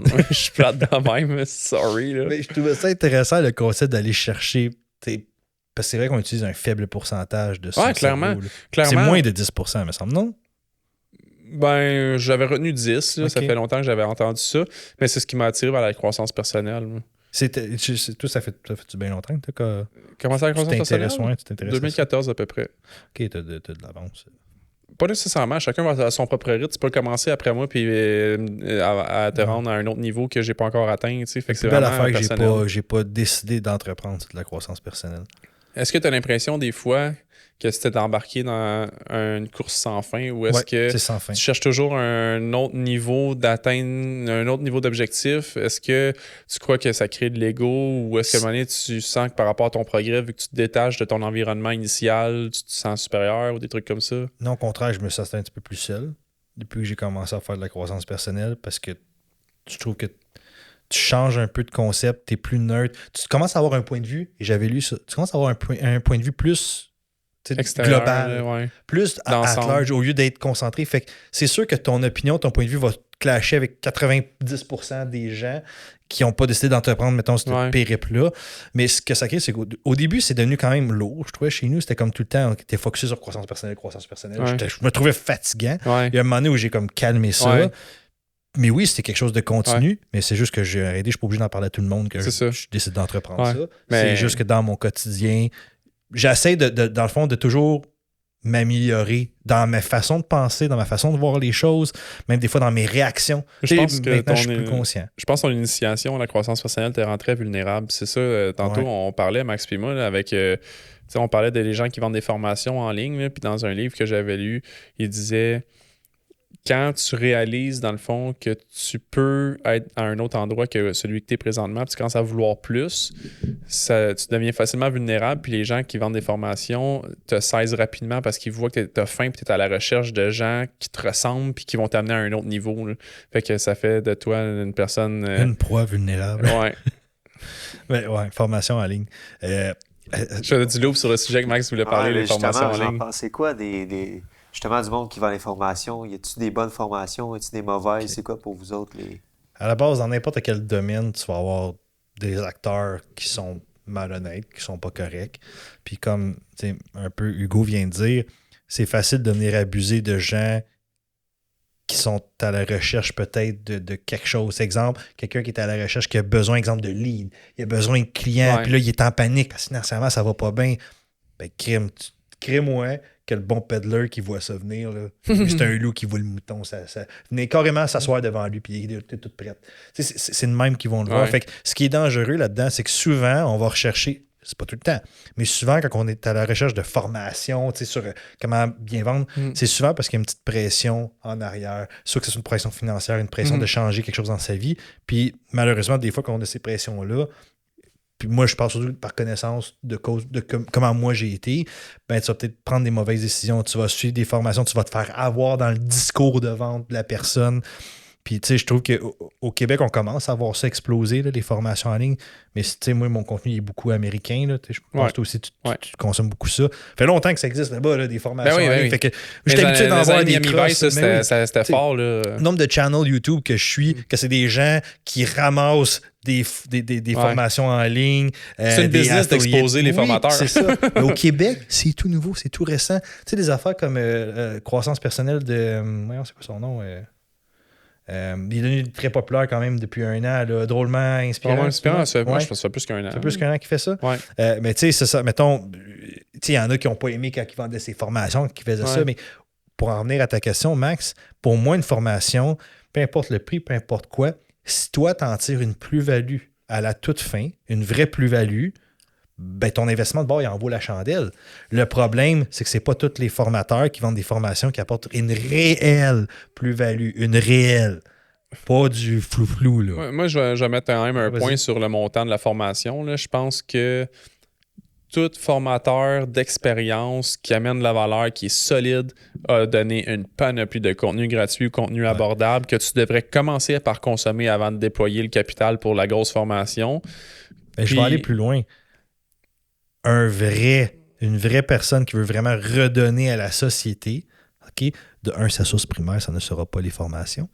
Il va vraiment avoir une business en arrière. Il va vouloir redonner son information gratuitement pour aider la société à évoluer et à grandir. Ben, ça aide à trier quand même les pertes de temps puis le monde pas sérieux de mettre un montant, tu sais, aussi. Là, là on parle d'une formation. Tu sais que le 3/4 des formateurs ne sont pas présents. C'est des vidéos pre-record qui OK, dans cette optique-là, moi je parlais. Le 3/4 des formations, c'est ça. Moi, je parlais qu'ils étaient là. Ah, ben je te dirais que 90% des formateurs qui vendent des formations, c'est du pre-record. Ouais. Puis je dis pas que c'est pas correct, là. Il y en a qui sont vraiment bonnes. Ouais. Mais à la base, je sais que, j'ai un exemple avec mes vidéos qui essaient de partager, mettons, mon expérience. Je n'irai pas vendre des vidéos de comment, mettons, remonter son crédit. Non, mon but. Mais ça, c'est moi, c'est mes valeurs à moi. Parce que je dis pas que c'est pas correct de partir des formations. Parce que pour ma part, je pense que c'est une erreur quand on sort de l'école d'arrêter d'apprendre. Les gens ne devraient pas faire ça, aller sur le marché du travail puis arrêter de faire des activités physiques puis d'apprendre. Je pense que c'est une grosse erreur que les gens font. Puis je pense que d'avoir un formateur, c'est comme le coach. Au gym, là, ça fait longtemps que je vais au gym, 17 ans de temps et plus, depuis que j'ai 14, ça fait 18 ans. Puis je me suis pris un coach dans les 3 derniers mois, puis j'ai dépassé les performances que je me rendais même pas compte que j'avais à côté. Puis je savais pas, je variais mes programmes puis tout ça, puis d'avoir quelqu'un à qui show up et à qui vouloir démontrer du résultat. C'est sûr, il faut que je le fasse pour moi, mais je suis fier d'aller le voir puis dire hey, je suis rendu là, puis qu'il fasse yeah, on en fait un autre à Star, t'es rendu à côté, on change de programme. Mais je pense d'avoir quelqu'un à qui tu as des preuves à faire ou est-ce que tu t'engages. Mais je pense qu'il faut que c'est ça. Le mot, c'est de l'engagement. Il faut que tu sois engagé. Je vais revenir à ton dernier point tantôt. Tu as parlé, tu sais, mettons, du prix, puis tu as dit, moi, je vais en rajouter là-dessus. Comment tu fais pour élaborer un bon prix? Comment tu fais pour déterminer qu'est-ce que tu vas charger, puis qu'est-ce qui est absurde, qu'est-ce qui ne l'est pas? Je pense que ça commence par une étude de marché. Là. Pour commencer, dans le fond, je te donne un exemple. Tu veux devenir investisseur immobilier. Est-ce que tu es rendu à côté? As-tu fait le tour de ce qui est disponible gratuitement là, à ta portée de main? Parce que ça, là, c'est une machine très puissante. J'aime ton point. Tu dis, dans le fond, d'aller tout chercher ce que tu es capable d'aller chercher gratuitement. Puis quand tu as maximisé ce genre de connaissances-là, puis tu cherches le petit plus, la plus-value, là, d'aller rechercher. Ben oui, puis c'est le même principe encore. C'est comme quand tu veux investir dans un char, dans un monde, dans un stock, dans l'immobilier. Tu commences par shooter large, le grand portrait. L'immobilier, c'est quoi? Commercial résidentiel. Après ça, multilogement, maison, Airbnb, chalet. Tu sais, là, tu commences à vraiment réduire l'entonnoir. Puis là, après ça, il te reste quelques acteurs comme formateurs. Puis là, tu compares l'offre de service, tu testes la vibe, puis tu avances avec celui qui correspond. Tu devrais être en mesure de mieux aussi être capable de reconnaître le fameux peddler versus du vrai formateur qui va t'apporter plus-value. Maintenant que tu as acquis toutes ces connaissances-là gratuitement. Hey, c'est tellement puissant, nos parents n'avaient pas accès à ça. Là. Même nous, à l'école, là, au primaire, il fallait aller à la bibliothèque. Là, puis je me souviens, je voulais apprendre la mécanique. Là, puis on a cherché toutes les places là, pour avoir un livre de mécanique. Ma mère a fait là, toutes les librairies. À part un DEP, tu n'avais rien. Là. À cette heure, là, tu peux devenir mécanicien sur Internet. Là. On parle de formation depuis tantôt. T'avais vu Éric Gravel qui a fini par partir la formation Mindset. Puis je sais pas pourquoi c'est un peu pas loin de mon domaine, là, mais quand il avait parlé, on s'entend sur les réseaux, il est très fort pour faire du bruit. Ah si, je vais lui donner ça. Côté marketing, il a utilisé un autre style de marketing, c'est-à-dire le marketing de réaction, le marketing de faire réagir les gens. Puis ça fait parler par la suite. Puis il l'a dit, il dit je suis maître là-dedans. C'est ma force. Puis ça fonctionne quand il répond aux haters, etc. Puis, à un moment donné, il y avait, tu sais, quand il est parti de la plateforme, elle n'est pas encore officiellement décollée, là. Yubi. Mais, tu sais, son coup de marketing, ça a été fort. Il savait très bien que les courtiers immobiliers allaient réagir. Puis, je trouvais ça tellement pathétique quand je voyais des courtiers hypothécaires le ramasser, le rabaisser. Puis, j'étais comme, mais quelle réaction. Tu sais, il était réactif. Au lieu de dire, comme, hey, ça va être de la compétition sur le marché, on sait très bien qu'il y a une panoplie de courtiers immobiliers, comme il y a une panoplie de courtiers hypothécaires, comme il y a une panoplie de conseillers financiers. Non, pas les conseillers financiers. Non, pas les conseillers financiers, excuse-moi, qui sont incompétents. Non, mais je comprends. Incompétents. Puis la compétition, là, c'est sain. Ça te force à évoluer, ça te force à grandir. Pourquoi tu penses qu'ils ne veulent pas des monopolies avec les entreprises? C'est clair. Pourquoi tu penses qu'ils empêchent des fusions? C'est pour justement qu'il reste de la compétition. Je pense que ça a été maladroit de la part de certains courtiers qui ont répondu parce que je peux comprendre aussi du point de vue de la personne qui croit en sa job, qui fait les bonnes affaires, qui se fait traîner sa profession dans le bout. C'est sûr que, tu sais, après, mettons que ça a été sur les courtiers hypothécaires. Après ça, un client dit je vais te rencontrer, tu es un peddler de courtier hypothécaire. Il n'a même pas pris le temps de te rencontrer. Il a étiqueté, dans le fond, ta profession par la masse. Les courtiers immobiliers, ça fait quand même 1 an ou 2 depuis la COVID, là, on les traîne dans le bout. Là. Mais non, c'est ça. Moi, je traîne pas des. Je parle juste pour moi. Là. Non, mais quand je dis je parle de façon générale ces réseaux sociaux. C'est parce qu'il y en a beaucoup, malheureusement, qui sont pas bons. Pourquoi tu penses que moi, le courtage hypothécaire, c'est pas super connu? Puis les gens qui ont connu ça, il y en a 3/4 qui n'ont pas eu des belles expériences. Mais parce que c'est tout croche. Moi, j'ai pour dire que le courtage hypothécaire, là, oui, ça fait un petit bout que ça existe, c'est pas connu au Québec. Pourquoi le 3/4? 80% facilement, c'était des gens à leur retraite ou des gens qui faisaient ça comme sideline, puis qui faisaient juste ça tranquillement, pas vite, puis qui faisaient le strict minimum. Mais quand tu n'es pas poussé à devoir te dépasser, pourquoi tu ferais plus? Pourquoi tu te ferais plus? Fait que ça revient à la compétition. Faut que tu te fasses challenger en arrière. Fait que pour ça que je suis content quand je vois des PC qui ont amené une vitrine. Ça force le secteur à évoluer, à grandir. On voit des Denis, je sais pas trop quoi, là, pour comme planificateur financier, mettons, qui est Denis Bourque. Ça très présent, très cher. J'adore ça. Il a l'air d'une génération différente de la nôtre. Là, puis je trouve ça cool que justement, c'est un exemple ça, de quelqu'un qui a accepté le changement, qui a participé, puis qui a embarqué dans les vidéos, partagé ses. Il a l'air vraiment connaissant, il a l'air vraiment bon dans ce qu'il fait. Qu'il dit. Puis, je trouve ça cool qu'il a embarqué. Et ça va forcer, comme je dis, les autres à évoluer, à grandir. Au pire, pas nécessairement en se mettant sur les réseaux sociaux, mais en évoluant leur discours puis leur pratique.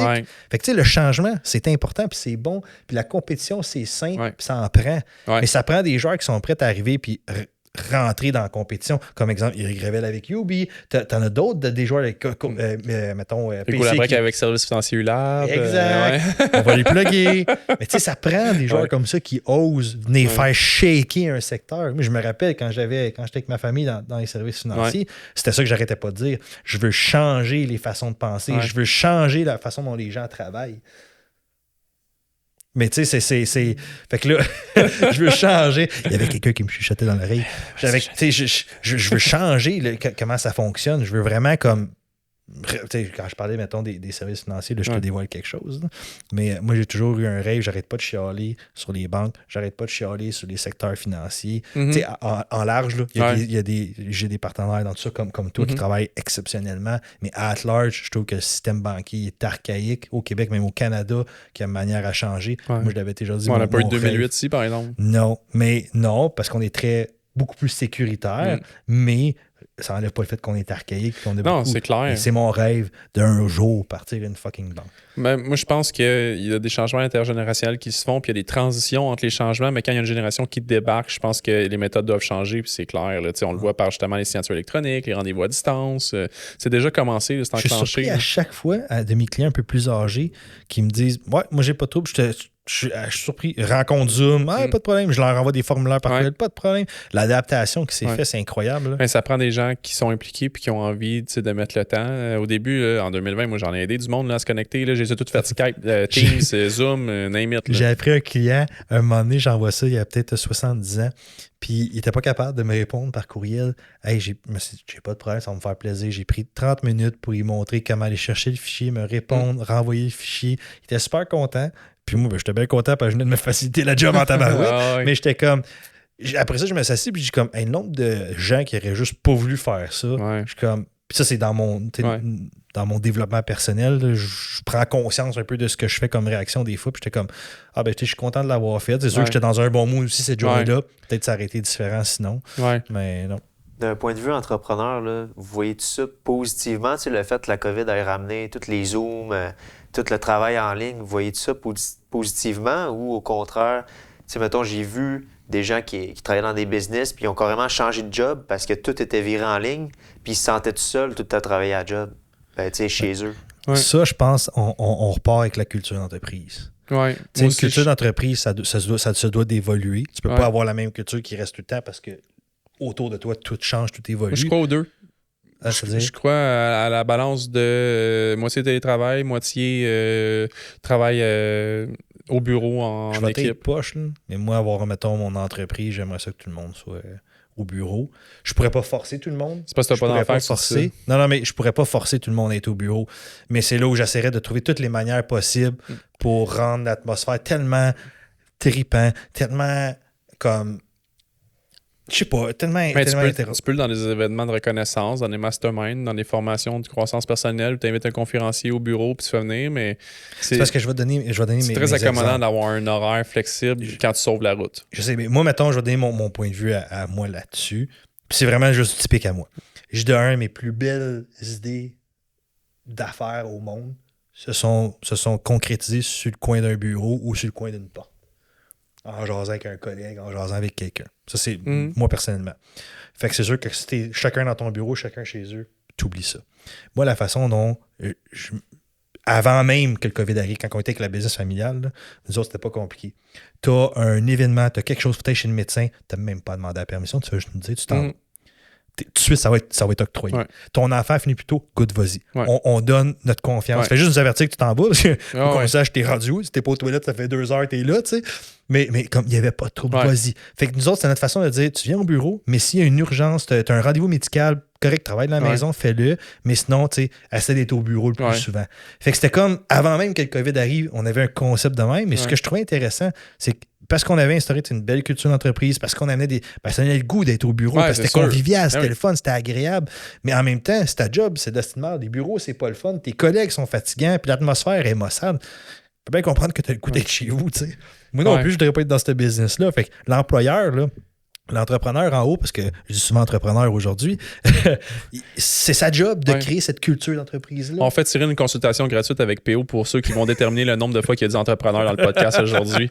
C'est bon. On part le challenge, là. Vous pouvez écrire le nombre de fois dans les commentaires. Toi, Hugo, tu dirais quoi à quelqu'un, mettons, un de tes employés qui dit non, moi je travaille juste à distance, mais toi, tu aimerais ça le ramener au bureau? Ben, tu sais, c'est différent. La situation, qu'on a vécu les deux, mais si je recrute, là, en ce moment, je suis quand même assez ferme sur le principe que je veux que, comme PO dit, qu'il y ait une culture d'entreprise. Tu sais, je pense que de faire le hybride, c'est pas trop demandé, puis ça va me faire réfléchir sur son ouverture d'esprit puis sa coopération, là, dans le fond, là, dans l'équipe, parce que tu sais, la vision est plus grande que moi, fait que faut que la personne l'achète puis qu'elle soit prête à mettre un petit peu du sien, puis moi aussi je vais mettre du mien là. Écoute, je suis une personne de famille puis je vais en donner tant qu'ils vont en avoir besoin, fait que je pense que c'est donnant un peu les deux côtés là. Puis complètement un autre sujet là, il y a une stat qui est sortie que de 2022 à 2023 pour les entreprises en restauration, 82% de plus de faillites pour les restaurants. Vous en pensez quoi de l'industrie de la restauration? Bien, on va s'entendre, là, les gens ne sortent plus beaucoup. Ouais. Et le COVID a fait vraiment mal. Ouais. Avec l'inflation et la hausse des prix, je parlais avec un ami à moi qui a une pizzeria. Il me montrait ses chiffres versus, mettons, avant COVID. Et tabarnak, man, ça a comme monté de 50%. Il fait pas plus de ventes, il en fait même moins. Ouais. Je suis comme tabarouette. Parce que le restaurant roule moins, les gens sortent moins, les gens achètent moins, mais le coût, il a genre doublé. Là. Doublé puis sur les produits, mettons, de base, genre la laitue, les tomates, le bacon. Puis avant que les coûts ils doublent, les coûts continuaient de rentrer pendant qu'eux étaient fermés. Il y a ça aussi. Puis il y a beaucoup de pertes dans un domaine comme ça. Les aliments, ça doit être frais, ça se garde pas longtemps. Fait que je pense que c'est un enjeu à considérer. On revient un peu à quand tu te lances en affaires, là, de faire une étude de marché puis d'être vraiment conscient de ce que tu te lances, de ce que tu te lances dans un domaine où ce que tu vas avoir un domaine que t'aimes mais que tu vas en arracher, ou est-ce que tu penses pouvoir faire de l'argent avec ta business pour survivre. Tu sais, l'argent, c'est pas juste mal, puis c'est pas juste pour se payer du luxe, mais si ta business fait pas d'argent, tu fermes. Tu sais, quand ils disent en joke que se partir à un restaurant, c'est vouloir rester pauvre toute sa vie. Ouais. Tu sais, il y a un fond de vérité là-dedans. Il y a un enjeu. C'est très dur. Ouais. C'est très dur. Puis c'est rare les gens qui arrivent à vraiment passer à travers ça, puis survivre, puis créer vraiment une renommée. Fait que tu sais, c'est une joke que j'ai faite, là, mais tu sais, c'est pas facile. C'est un art. Hein, on lève nos chapeaux aux entrepreneurs qui ont des restaurants puis qui passent au travers. Je lève mon chapeau à n'importe quelle personne qui est entrepreneur, qui est à son compte, qui essaie de se démerder aujourd'hui, puis de passer à travers les coups durs, c'est pas évident. C'est quoi le mot de la fin que tu laisserais aux entrepreneurs qui nous écoutent? Lâchez pas, puis fiez-vous pas aux critiques non constructives qu'on vous shoot. Comme, faites juste continuer, persister, pas lâcher votre bout. Vous avez un rêve, donnez-vous toute la chance de réussir. Au moins, si ça fonctionne pas, vous ne pourrez pas le regretter après. Toi? Moi, je vais dire entourez-vous. Ouais. Comment ça? Parce qu'il y a des moments où tu vas en avoir besoin, puis je pense que c'est important. Je pense que de trouver quelqu'un qui va te ramener un peu là, dans les moments difficiles où est-ce que tu n'es plus en position pour prendre une décision éclairée. Il y a quelqu'un d'un point de vue extérieur qui tient à toi et qui croit en toi, qui va te dire la bonne chose. Yes. Puis, je pense que ça va être ça. Hugo, c'est cette personne-là pour moi. On pourra comprendre. Il y a du monde qui l'ont été pour moi. Je l'ai été pour des gens. Puis il y a des gens que s'ils n'avaient pas été là au moment que j'en avais besoin, j'aurais baissé les bras et je l'aurais regretté. Fait que je pense que c'est important de s'entourer.